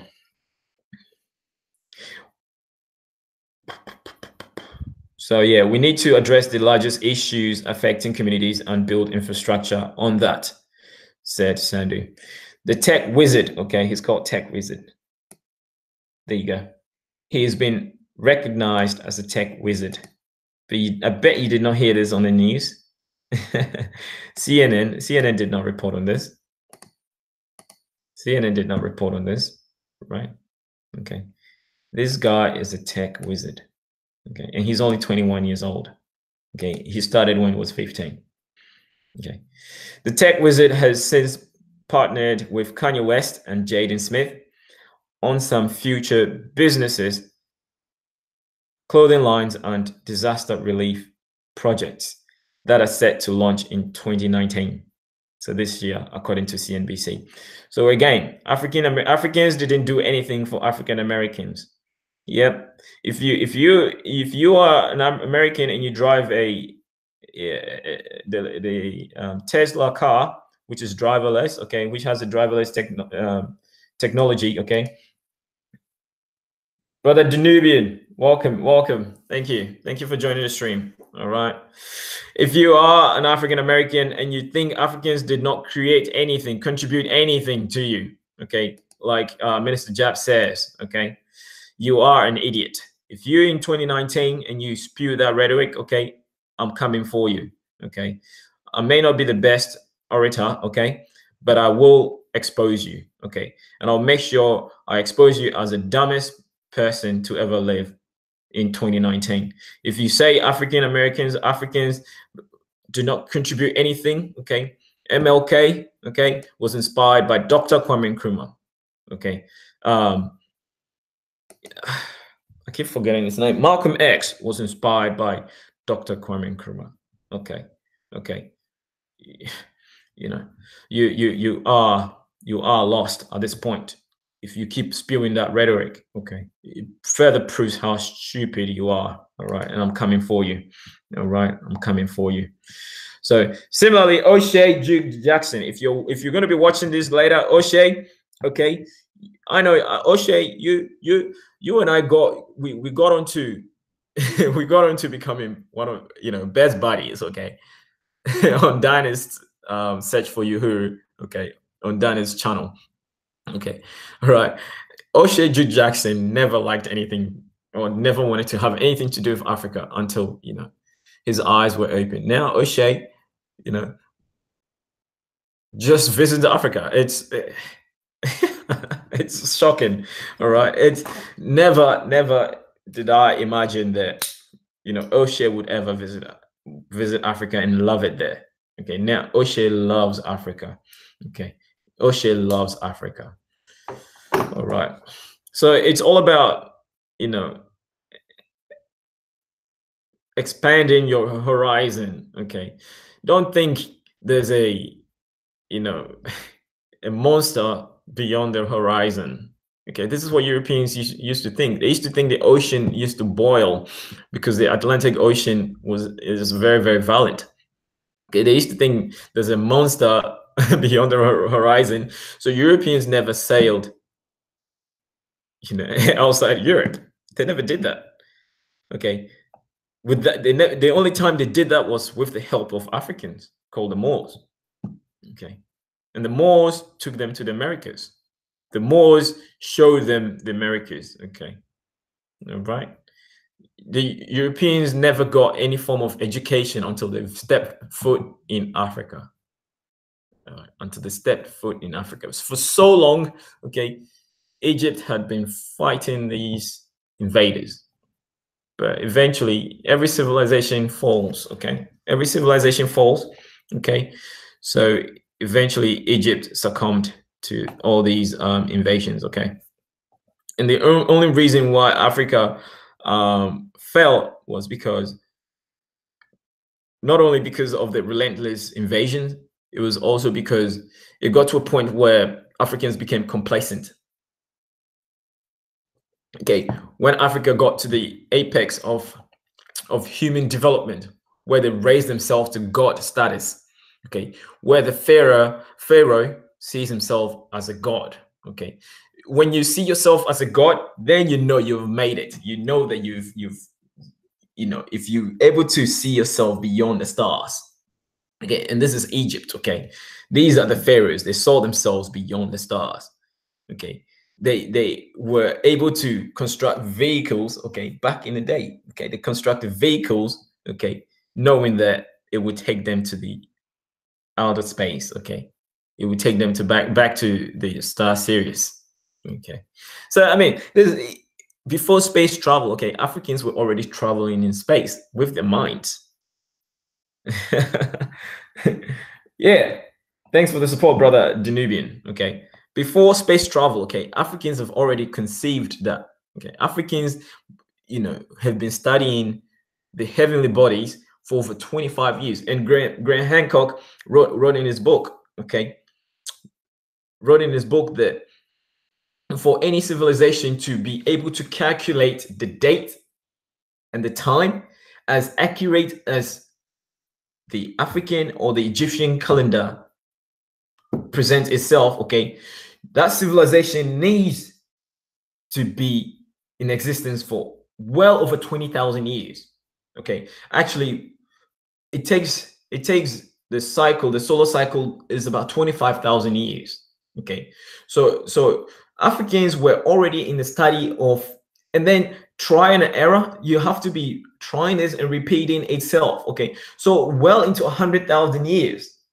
well into 100,000 years. Okay, Africans have been studying the heavenly bodies. They've been studying everything else.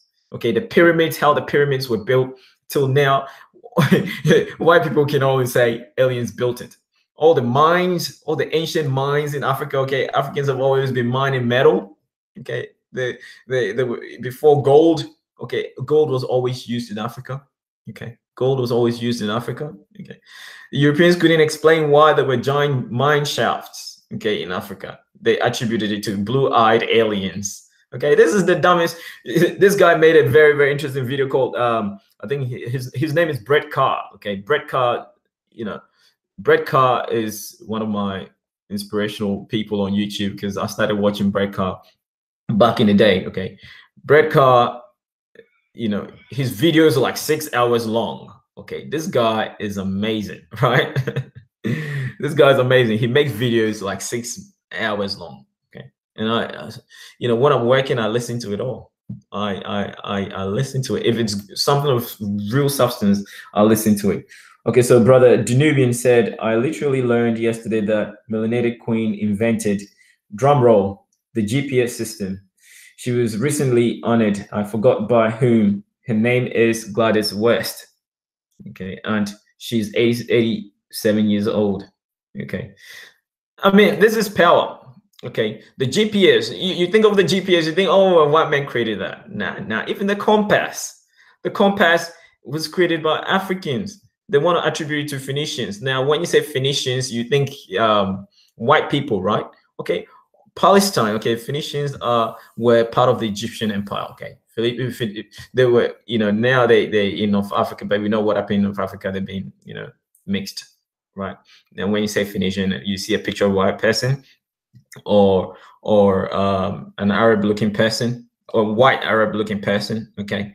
Nah, Phoenicians were actually black people, okay, as black as me and you, okay. Those were Phoenicians, all right. Africa contributed enormously. Like you can't name it. Even mathematics. Okay, the other day I was trying to talk about it, but it just skipped me. It was actually the value of pi. Okay, what's the value of pi now? 3.2. So it just skipped me. Okay, I haven't been to mathematics class in a long time. 3.27. What was the value of pi again? Value of pi 3.27. Okay, all right. The value of pi. Okay, pi was created. I thought it was the first computer. Okay, but pi, I thought it was the abacus that I think the Chinese actually created abacus, but pi was actually created on the coast, the Swahili coast. Okay, the Swahili merchants, okay, used pi. Okay, used pi to calculate. Okay, no, I'll leave that for later. They used pi to calculate or to help them sell their coffee beans. Okay, Ethiopia. Okay, Ethiopia. They created pi.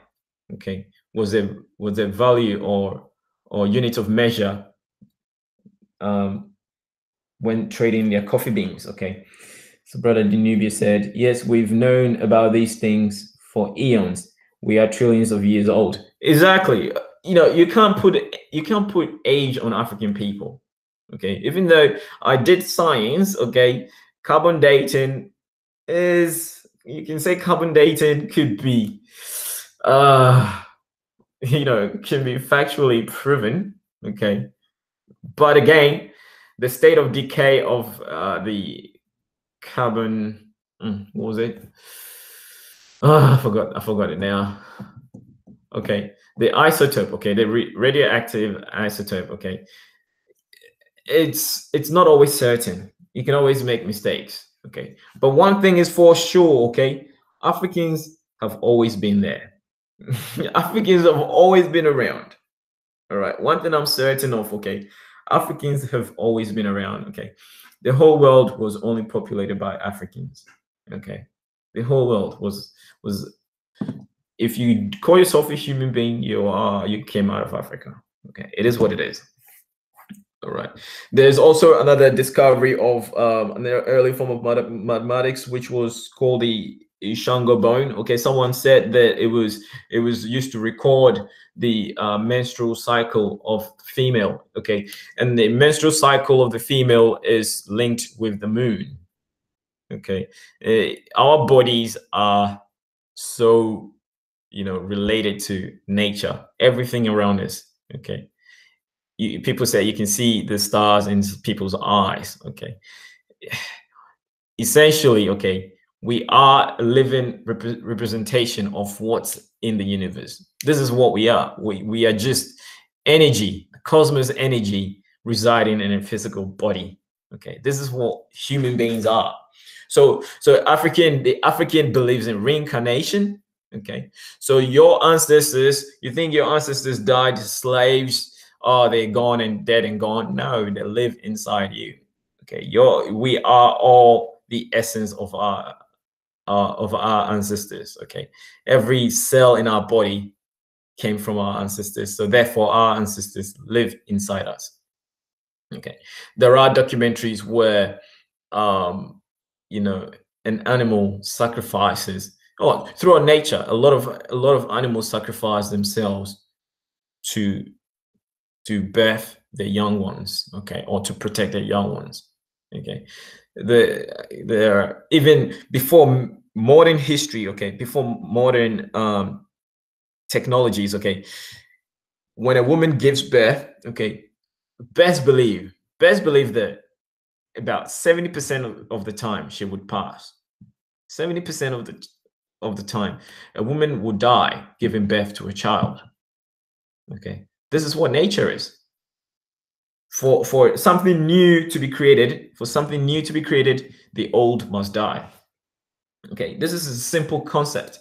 So talking about Africa, talking about African Americans, you know, people of African descent. Okay, in order for us to create something new, okay, we must put to death our old behavior, past behavior. Okay, embrace the new.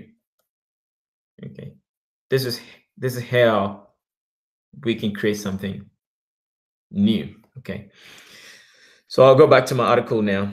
The tech wizard has since partnered with Kanye West and Jaden Smith on some future businesses, clothing lines, and disaster relief projects that are set to launch in 2019. And again, I don't want to hear from any African Americans, okay, in 2019. I don't want to hear from any African American in 2019 saying that Africans did not contribute anything for Black people in America. That is a lie. Okay. First of all, you need to acknowledge yourself that you are of African descent or you are African. All right. And the people of the BAIO, for the most part, okay, recognize that they are Africans. That's why they are very, very keen on doing what they're doing. Okay. That's why they're very keen on doing what they're doing in Africa. Okay. Land infrastructure. Okay. Land and infrastructure. What was it? Land and infrastructure. That's what it is. Okay, that's what the BIO, and they want it in the motherland. Okay, thanks for joining the stream again, brother Jovenchi.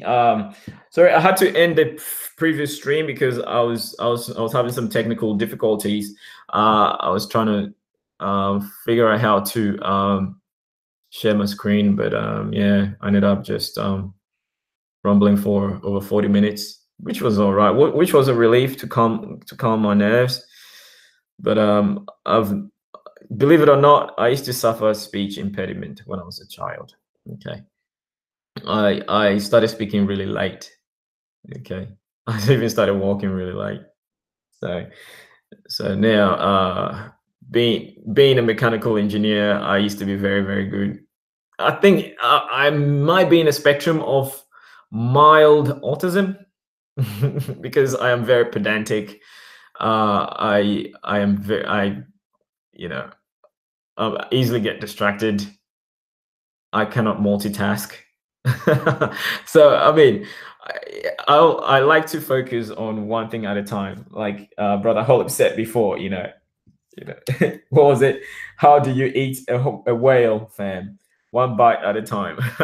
Thanks for that joke. All right, that was really good. That was a golden moment for me. Okay, thank you. All right, I am, even though I am very creative. Okay, I am ambidextrous. Okay, I'm ambidextrous. I use both my left and right. Okay, so I was born left-handed, and I learned how to do things with my right.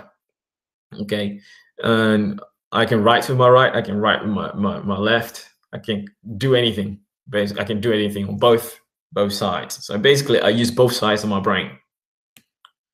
So sometimes it gets awkward using my right. I use my left. Okay, when it's inconvenient for me using my left, I use my right. So my brain is wired so differently, like really, really weird. So when you have a child and you think your child is slow, okay, love that child, because the child might turn out to be a genius someday. Okay, and we all know Bill Gates is an autistic person. So one of the richest, most influential people on this planet, Bill Gates, was autistic. All right, imagine his father deserted him. Okay, you wouldn't have Microsoft. So there you go. So yeah, thanks for the reiteration, brother Nubian. Land infrastructure nationhood. That's it. That's what I was looking for. Nationhood. Land infrastructure nationhood. Okay, this is what it is. This is what it is. All right. And this article here sums it really, really well. So I'll leave it's a very short article, but it's taking me nearly 2 hours to espouse my knowledge on this. Okay, to solidify, to nail this home. Okay, nearly 2 hours, and it's very necessary. Okay, so as much as I am entertaining you, I am educating as well. Okay. So having created his own music, putting together the sonics and instrumentals. So he is a musical genius as well. Like I said before, right? A smart person, okay? A smart, like you see this guy in town with his dreadlocks and whatnot. Although his glasses gives it away. Like O'Shea likes to wear glasses, all right? Thinking he's the smartest kid on the block. O'Shea Jig Jackson. I give it to him. He is very smart. O'Shea is one of the smartest people I ever know. Okay. I ever know. O'Shea is very, very intelligent, and I like that. And not only he is, self-professed intelligent person. O'Shea is in medical school. Okay, and I know when he graduates, he's going to be very useful to his community. All right, and I bet O'Shea would love to build a hospital in Uganda. That should be his business. Anyway, I digress. Okay, so where am I? So apart from this guy being a computer wizard, okay, or a tech guru, as the article says, he is a musical genius as well. Okay, having created his own music, putting together the sonics and instrumentals in just 3 days to form a full album. Okay, this is him. The creative technologist is working on a book about recent initiators, including Kanye West, Robbie Reed, a casting director, and Edward Enninful. I think Enninful sounds like a Ghanaian. I recognize that name. Enninful sounds like a Ghanaian name. Okay. The editor of British Vogue. If I'm right, okay, this guy is black. So let's see. I'll Google this guy now. Copy. Control V. Enter. Edward Enninful. Edward. Boom! Are you with me? This is Edward Enninful, and this guy looks like O'Shea Duke Jackson. Control plus plus. What are the plus? So one thing I've noticed on my Surface Pro, Microsoft Surface, notebook. Okay, I've noticed that it's gotten rid of the plus and minus signs, so now I cannot.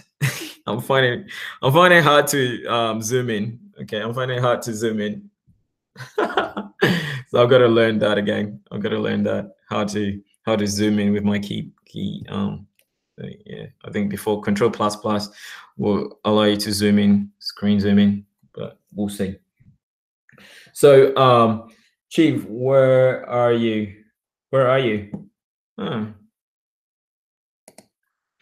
So, brother. So, what I'm going to do is I'm gonna finish reading the article, and then I'll come back to myself. Okay, brother Danubian.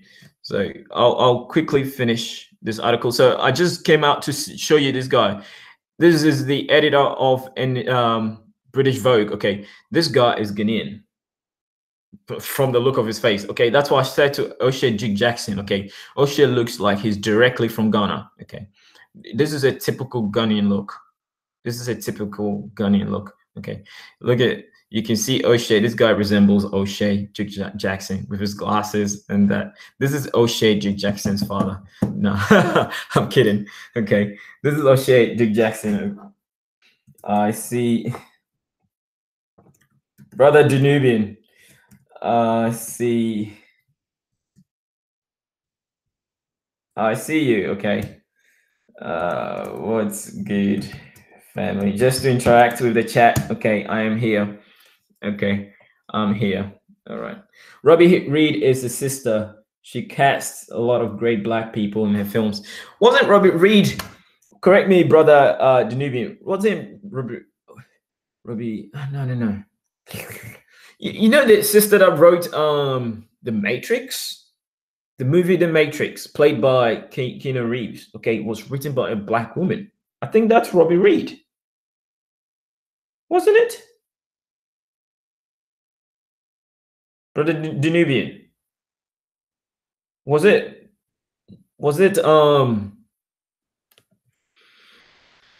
okay.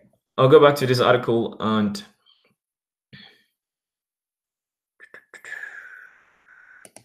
all right, so I'll finish reading this article, okay? With the drive to use all his networks to empower young people in America, okay? This is why I said that, okay? This guy sees himself. No, I think it's a disaster sister.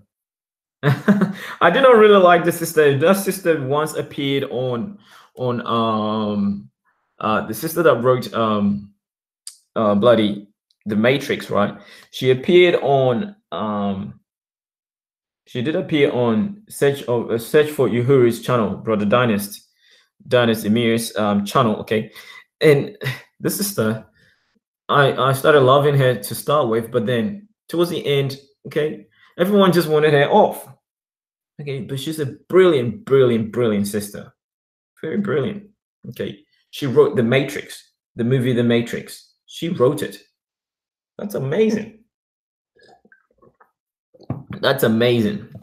All right. Anyway, so again, African Americans spewing the rhetoric that Africans did not create anything to benefit African Americans. Okay, that's a damn lie. Okay, and this article here blows everything, all your shit out of the water. Okay, all your rhetoric, okay, has been dispelled. All your myths, misconceptions have been dispelled. Okay, this guy here sees himself as an African American, and someone that. Right. Okay. Robbie Reed is a casting director. Right. I've heard that name before, but yeah, I just can't put the picture on the name, the face on the name at the moment, because I've got so many information running through my brain right now. I sometimes surprise myself how I'm such a talker now. I'm such a good talker, because in the past I was very timid. I didn't really know how to talk. I stammer a lot. I wasn't very fluent in speech. And look at me now. Right, look at me now. So with the drive to use all of his networks to empower young people in America to make a positive impact in their communities, he is actually talking about Black Americans, African Americans. Okay, this guy's talking about African Americans. Okay, with the drive to use all his networks to empower young people in America to make positive impact in their communities, the unconventional tech genius is already on his way to become a leader for the next generation of influencers and entrepreneurs. All right. Here, okay, if you stayed this long, okay, if you didn't take anything out of this article, okay, you should take this out of this article. Okay, this guy is 21 years old at age 18. By age 18, okay, he's already developed technology for self-driving cars. Okay, the interface for collision avoidance, where is it? Autonomous collision detection, okay, was created by this gentleman here, Iddris Sandu, okay, American born of Ghanaian parents. All right, so Minister Jab, wherever you are, if you find yourself watching this video, you're a freaking idiot. All right, you are a freaking idiot. All right, so yeah, so this concludes my article. This concludes my article. And Ghana Web, everyone needs to go to Ghana Web and catch the latest news, infos, politics, whatnot happening in Ghana. Okay, you need to get onto this channel here, this website here, and get your information from here. So there's a FIFA lifts worldwide ban on Ghana's summer income. So there's a Ghanaian football player. Heritage Bank saga. Okay, I dated again. Irrelevant topics there. Okay, irrelevant topics there. There was another article that I came across. Okay, one thing Ghana did. Okay, instead of asking Chinese to come build the railway lines, okay, Ghanaians are consulting South African engineers, and that made me so happy. Okay, so Ghana, when it comes to innovation and Pan-Africanism and the whole 9 yards, okay, Ghana is always forefront. Okay, Ghana is contacting. There are a lot of medical doctors from Ghana working in South Africa. Okay, and engineers. So it's very, very smart of Ghana to contact South Africa. Okay, okay, I'll finish the article, so I'm gonna exit. But it's very intelligent for the Ghanaian.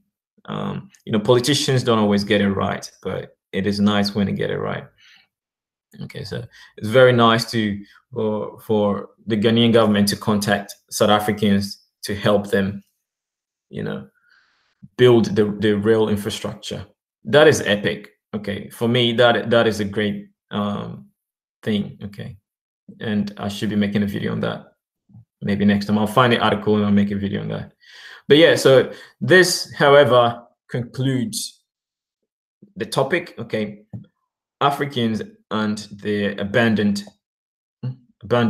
contributions to modern technology. Okay, so Africans and their Africa and her abundant contributions to modern technology. Okay, this is us. Okay, the whole world will not be here without us. People say that Africans did not even create the wheel, but you go into the cave paintings, there were wheels. Okay, there is a documentary. Let's see, history. The truth about. Got down to the bottom and the clearance. Okay, so is it this one? No, it's not this one, but who knows the name of this historian? He's actually white. His name is Basil Davidson. Okay, Basil Davidson. Okay, is an excellent narrator. Okay, yeah. Anyway, so check out. I'll put that video in the description as well. You can click on it and go have a look. Okay, so I'm gonna stop the I'm gonna stop the stream for now. I mean the screen share, and then I'll come to myself. Let's see what else is here that I can report on. No, I don't want to. I will fix your teeth for you if you stop telling lies. No. So yeah. Obama has been in Ghana. Donald Trump couldn't go to Ghana, okay, because of the rhetoric he's been spewing about Africa being a shithole, okay, but he sent his wife there. His wife was in Ghana. Okay, 3 doctors surcharge for taking 100,000 in salaries. Okay, who cares? Well, I shouldn't say that really. Women lynched at Obuasi. Okay, so lynching is still going on in Ghana. Okay, what happens is when someone is caught as a criminal, okay, there's something called blazing necklace. Okay, they put a burning tie around your neck. Okay, and torture you. In some part of Africa, if a woman is caught stealing another man's wife, or I mean, in bed with another man, a married person, okay, they stone her to death.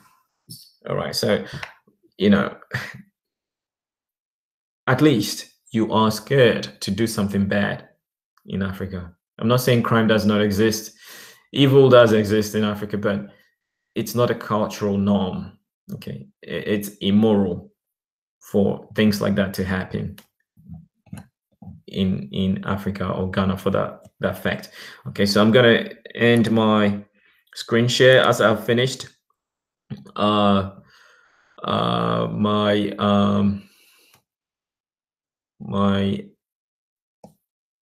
lecture on this article. Okay, so I'm gonna stop it and go back to myself. So excuse to drink some water. So yeah, there you go. You do see me now, brother Danubian. Okay, so here I am. Okay, here I am. Yeah, this is my first ever video with my new laptop. Okay, this is my first ever video on my new laptop. So I'm enjoying the experience of Microsoft Surface Notebook 2. Okay, Notebook 2, which is valued at nearly $3,200, I think. But anyway, thank you so much, brother Danubian. Thank you for staying with me. Thanks so much, brother. I missed a lot. We did create the wheel. Yeah, I heard. Oh yeah, I get easily distracted, right? I was talking about the wheel. Okay, so David, everyone go to YouTube and type in African history by David. Oh, I just mentioned his name before, but it just skipped me again. Davidson. No, not David. Basil Davidson. Yes, Basil Davidson. Okay, he has it's very old documentary. Okay, but it's yeah, it's one of the best documentaries you ever see. Okay, about African history. Okay. One of his episodes. Okay, you clearly see the wheel. You clearly see the wheel on the wall, and these cave paintings are dating back 20,000 years. Okay, these cave paintings are dating back 20,000 years. All right, and obviously there were ox-drawn carts, chariots. Okay, and people, there were representation of people that Basil Davidson referred to as wearing the Egyptian regalia. Okay, oh, I forgot what it's called now. Not kilts. They're not kilts. Oh, I'm thinking of kilts. They're not kilts, but the cloth wrap around the waist. Okay. There's a culture in Ghana or throughout West Africa. There's a culture where all they do is wrap cloth around the neck, not the neck, the waist. Are you familiar with Afro Synergy News channel? Yes, I do. I am familiar with Afro Synergy, brother Danubian. I am familiar with him. I do get he's always. I think he's so much involved with. Well, I guess yeah. I guess he can do that in his own rights. But there's always it's all very political. Okay, his videos are always political, politically driven or inclined, and it's about Russia and the failing American government. Okay, but anyway, what about brother from Afro Synergy? Okay, one of the one of my favorite videos he did on his channel was about how the Irish, how the Irish people, destroyed the African American community in New York, downtown New York. How the Irish people killed over 100 people, and disenfranchised African American communities in downtown New York. All those places now worth millions of dollars were formerly owned by African Americans, and Irish immigrants came in. Irish immigrants came in during the Civil War when African Americans enlisted to go fight, for the United States Army in the South, the Civil War. Whilst they were away, the Irish were protesting, that they wanted the jobs that African Americans had. At that time, Irish people were not seen as white. Irish people were not seen as white. They were called niggers as well. Or Irish people were called the N-word. Irish people were called the N-word. So yeah, they went about torching the African American communities and businesses and lynching people and whatnot, lynching African Americans. If you look black and you were found, you were bound to be killed by angry Irish mobs. And the brother from Afri Synergy, or Synergy, did justice to that part of the history. And yeah, of course, the Irish were really mad. The Irish like to see themselves as, they always like to equate themselves to the struggle of African Americans, saying that they were enslaved as well. But no. The Irish were indentured servants.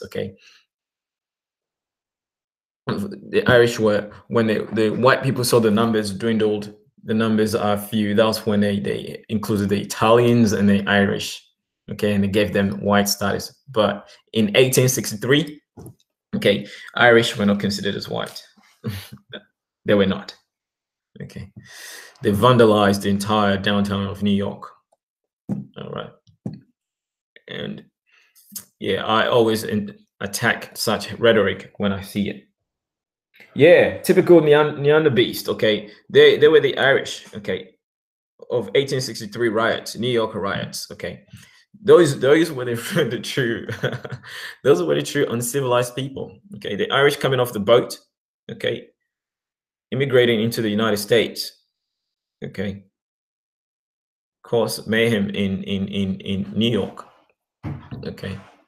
So yeah, there you go. So yeah, everyone check out Afri Synergy's channel for that video. It's very, very mind-opening. All right, it's mind-opening. Now, what to do now? So now I am just gonna talk about random stuff. So yeah, how is anyone listening? Time to interact. How is your New Year's going? Anyone has anything interesting to talk about before I sign out? Has anyone come up with anything really interesting? So far on YouTube 2019, I haven't seen any video that is really making me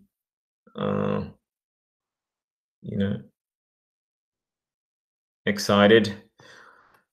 It's still the same old stories from 2019, same old same old you know, I don't want to say paradigm, same old traditions from 2019. I haven't seen anything apart from the tech videos. I haven't seen anything that African Americans are doing to embrace 2019. Okay. Oh, I did. I did see a video from BAIO logos. Okay. BAIO logos. Okay. Okay. There was this really excellent video from BAIO logos. Okay. It's really excellent and I loved it.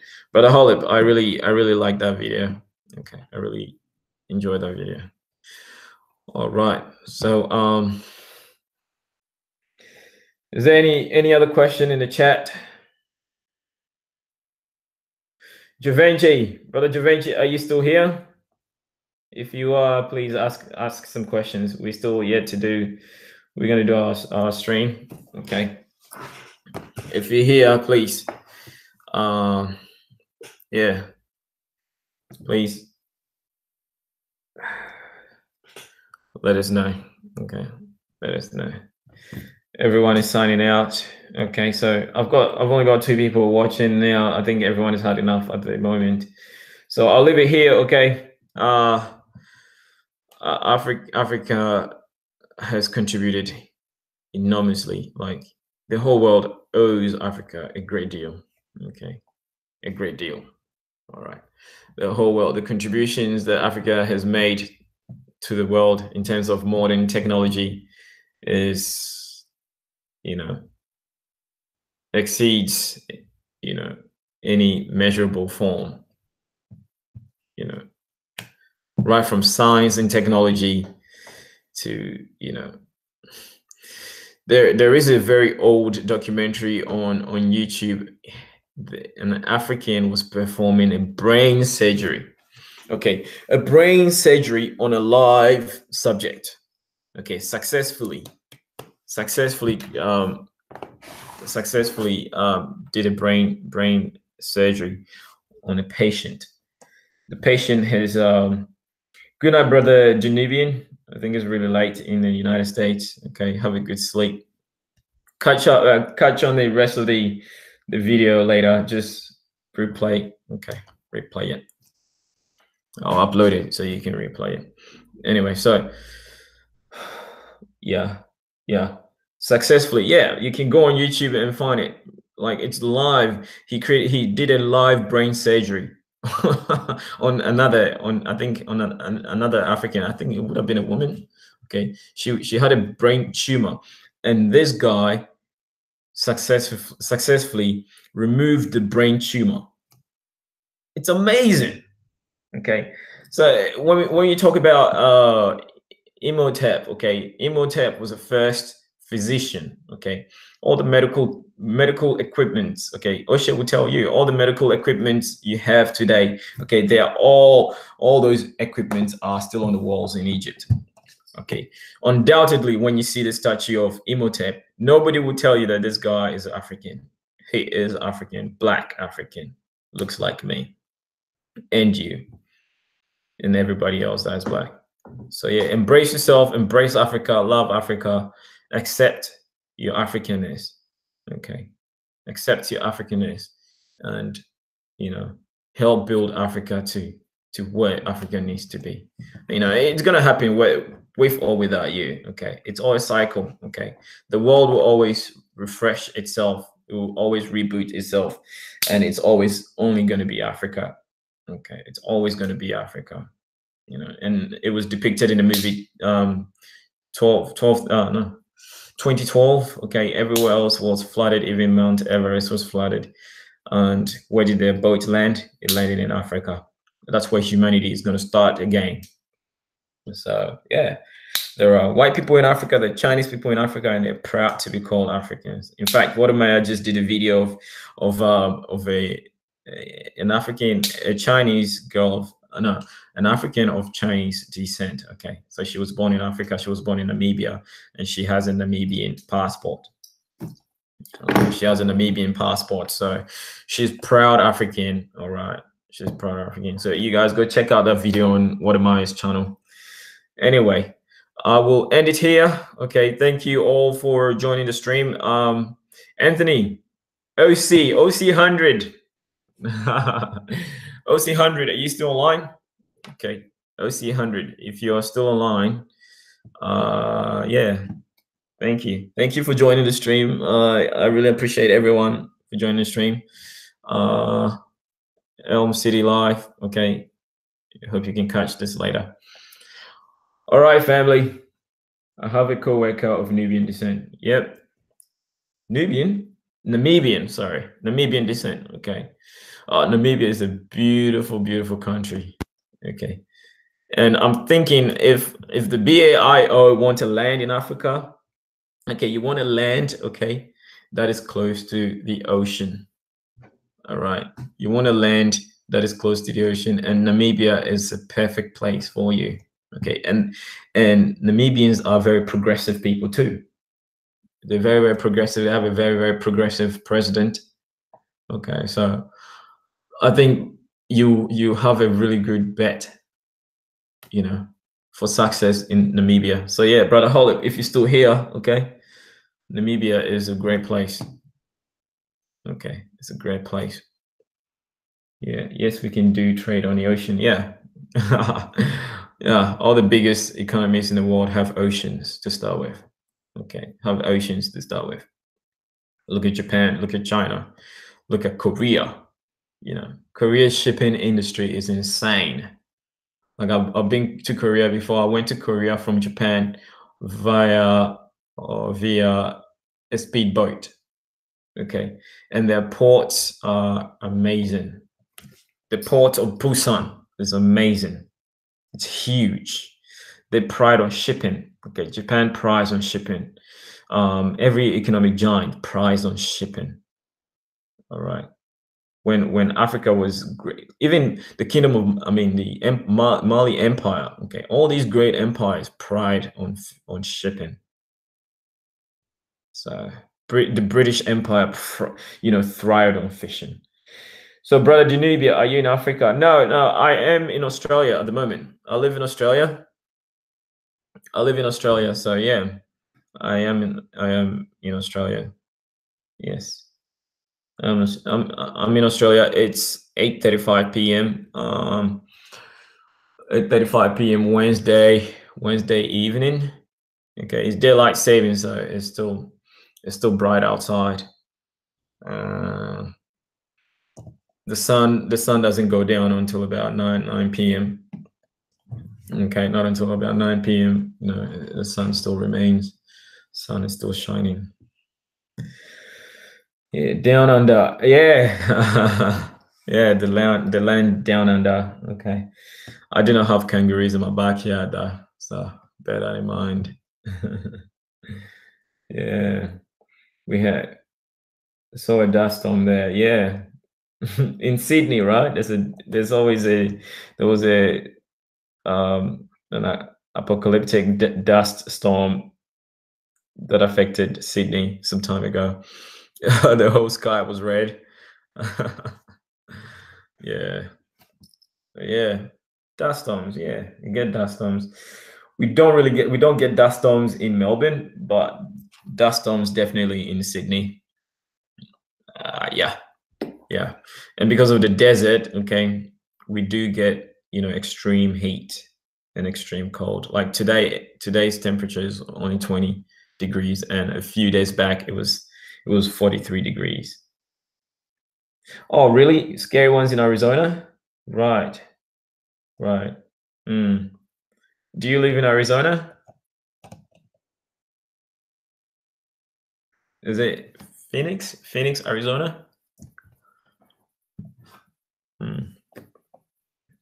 Yeah, they can be very scary. They look like apocalyptic, don't they? Apocalyptic. Yeah. Right. Oh my god, 20 degrees. What the fuck? Yes. It was 20 degrees here. You might be thinking 20 degrees Fahrenheit, but it's actually 20 degrees Celsius. Okay, 20 degrees Celsius. Yeah. which is all right, which is cold. It's cold for Melbourne summer, but because of the Southern Ocean, we do get rapid change in weather. Like in a day, we can go from very, very cold, from snowing to like, blistering hot in that same day. So there's 2 days ago was 43 degrees. I mean, not two. Last Friday was 43 degrees, and Friday is going to be 32 degrees, and Saturday is going to be I think 36, and Monday coming is going to be about 40 degrees. So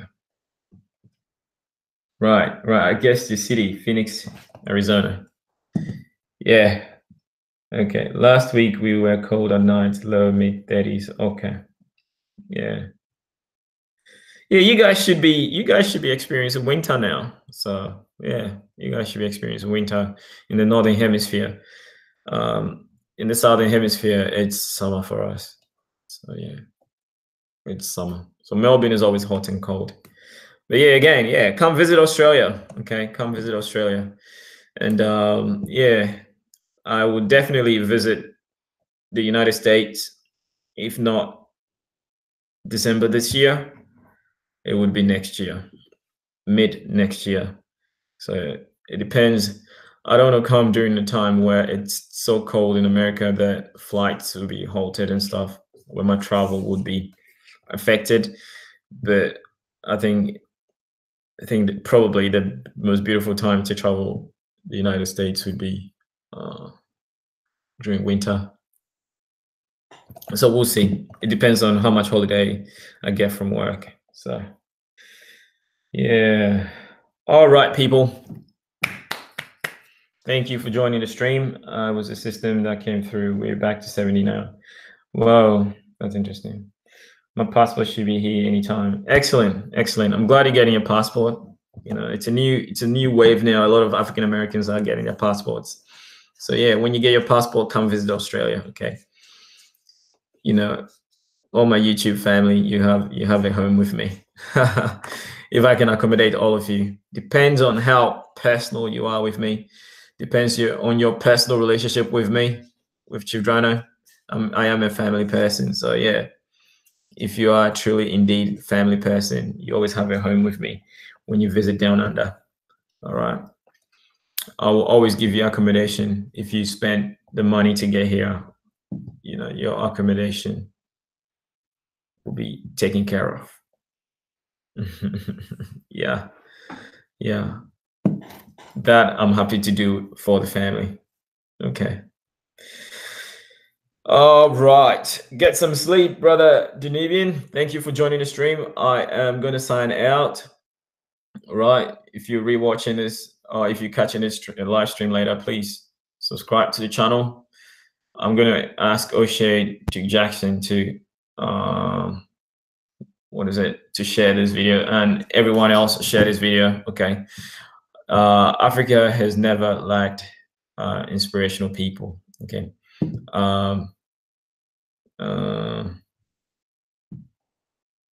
Yeah, it's tired. Take care.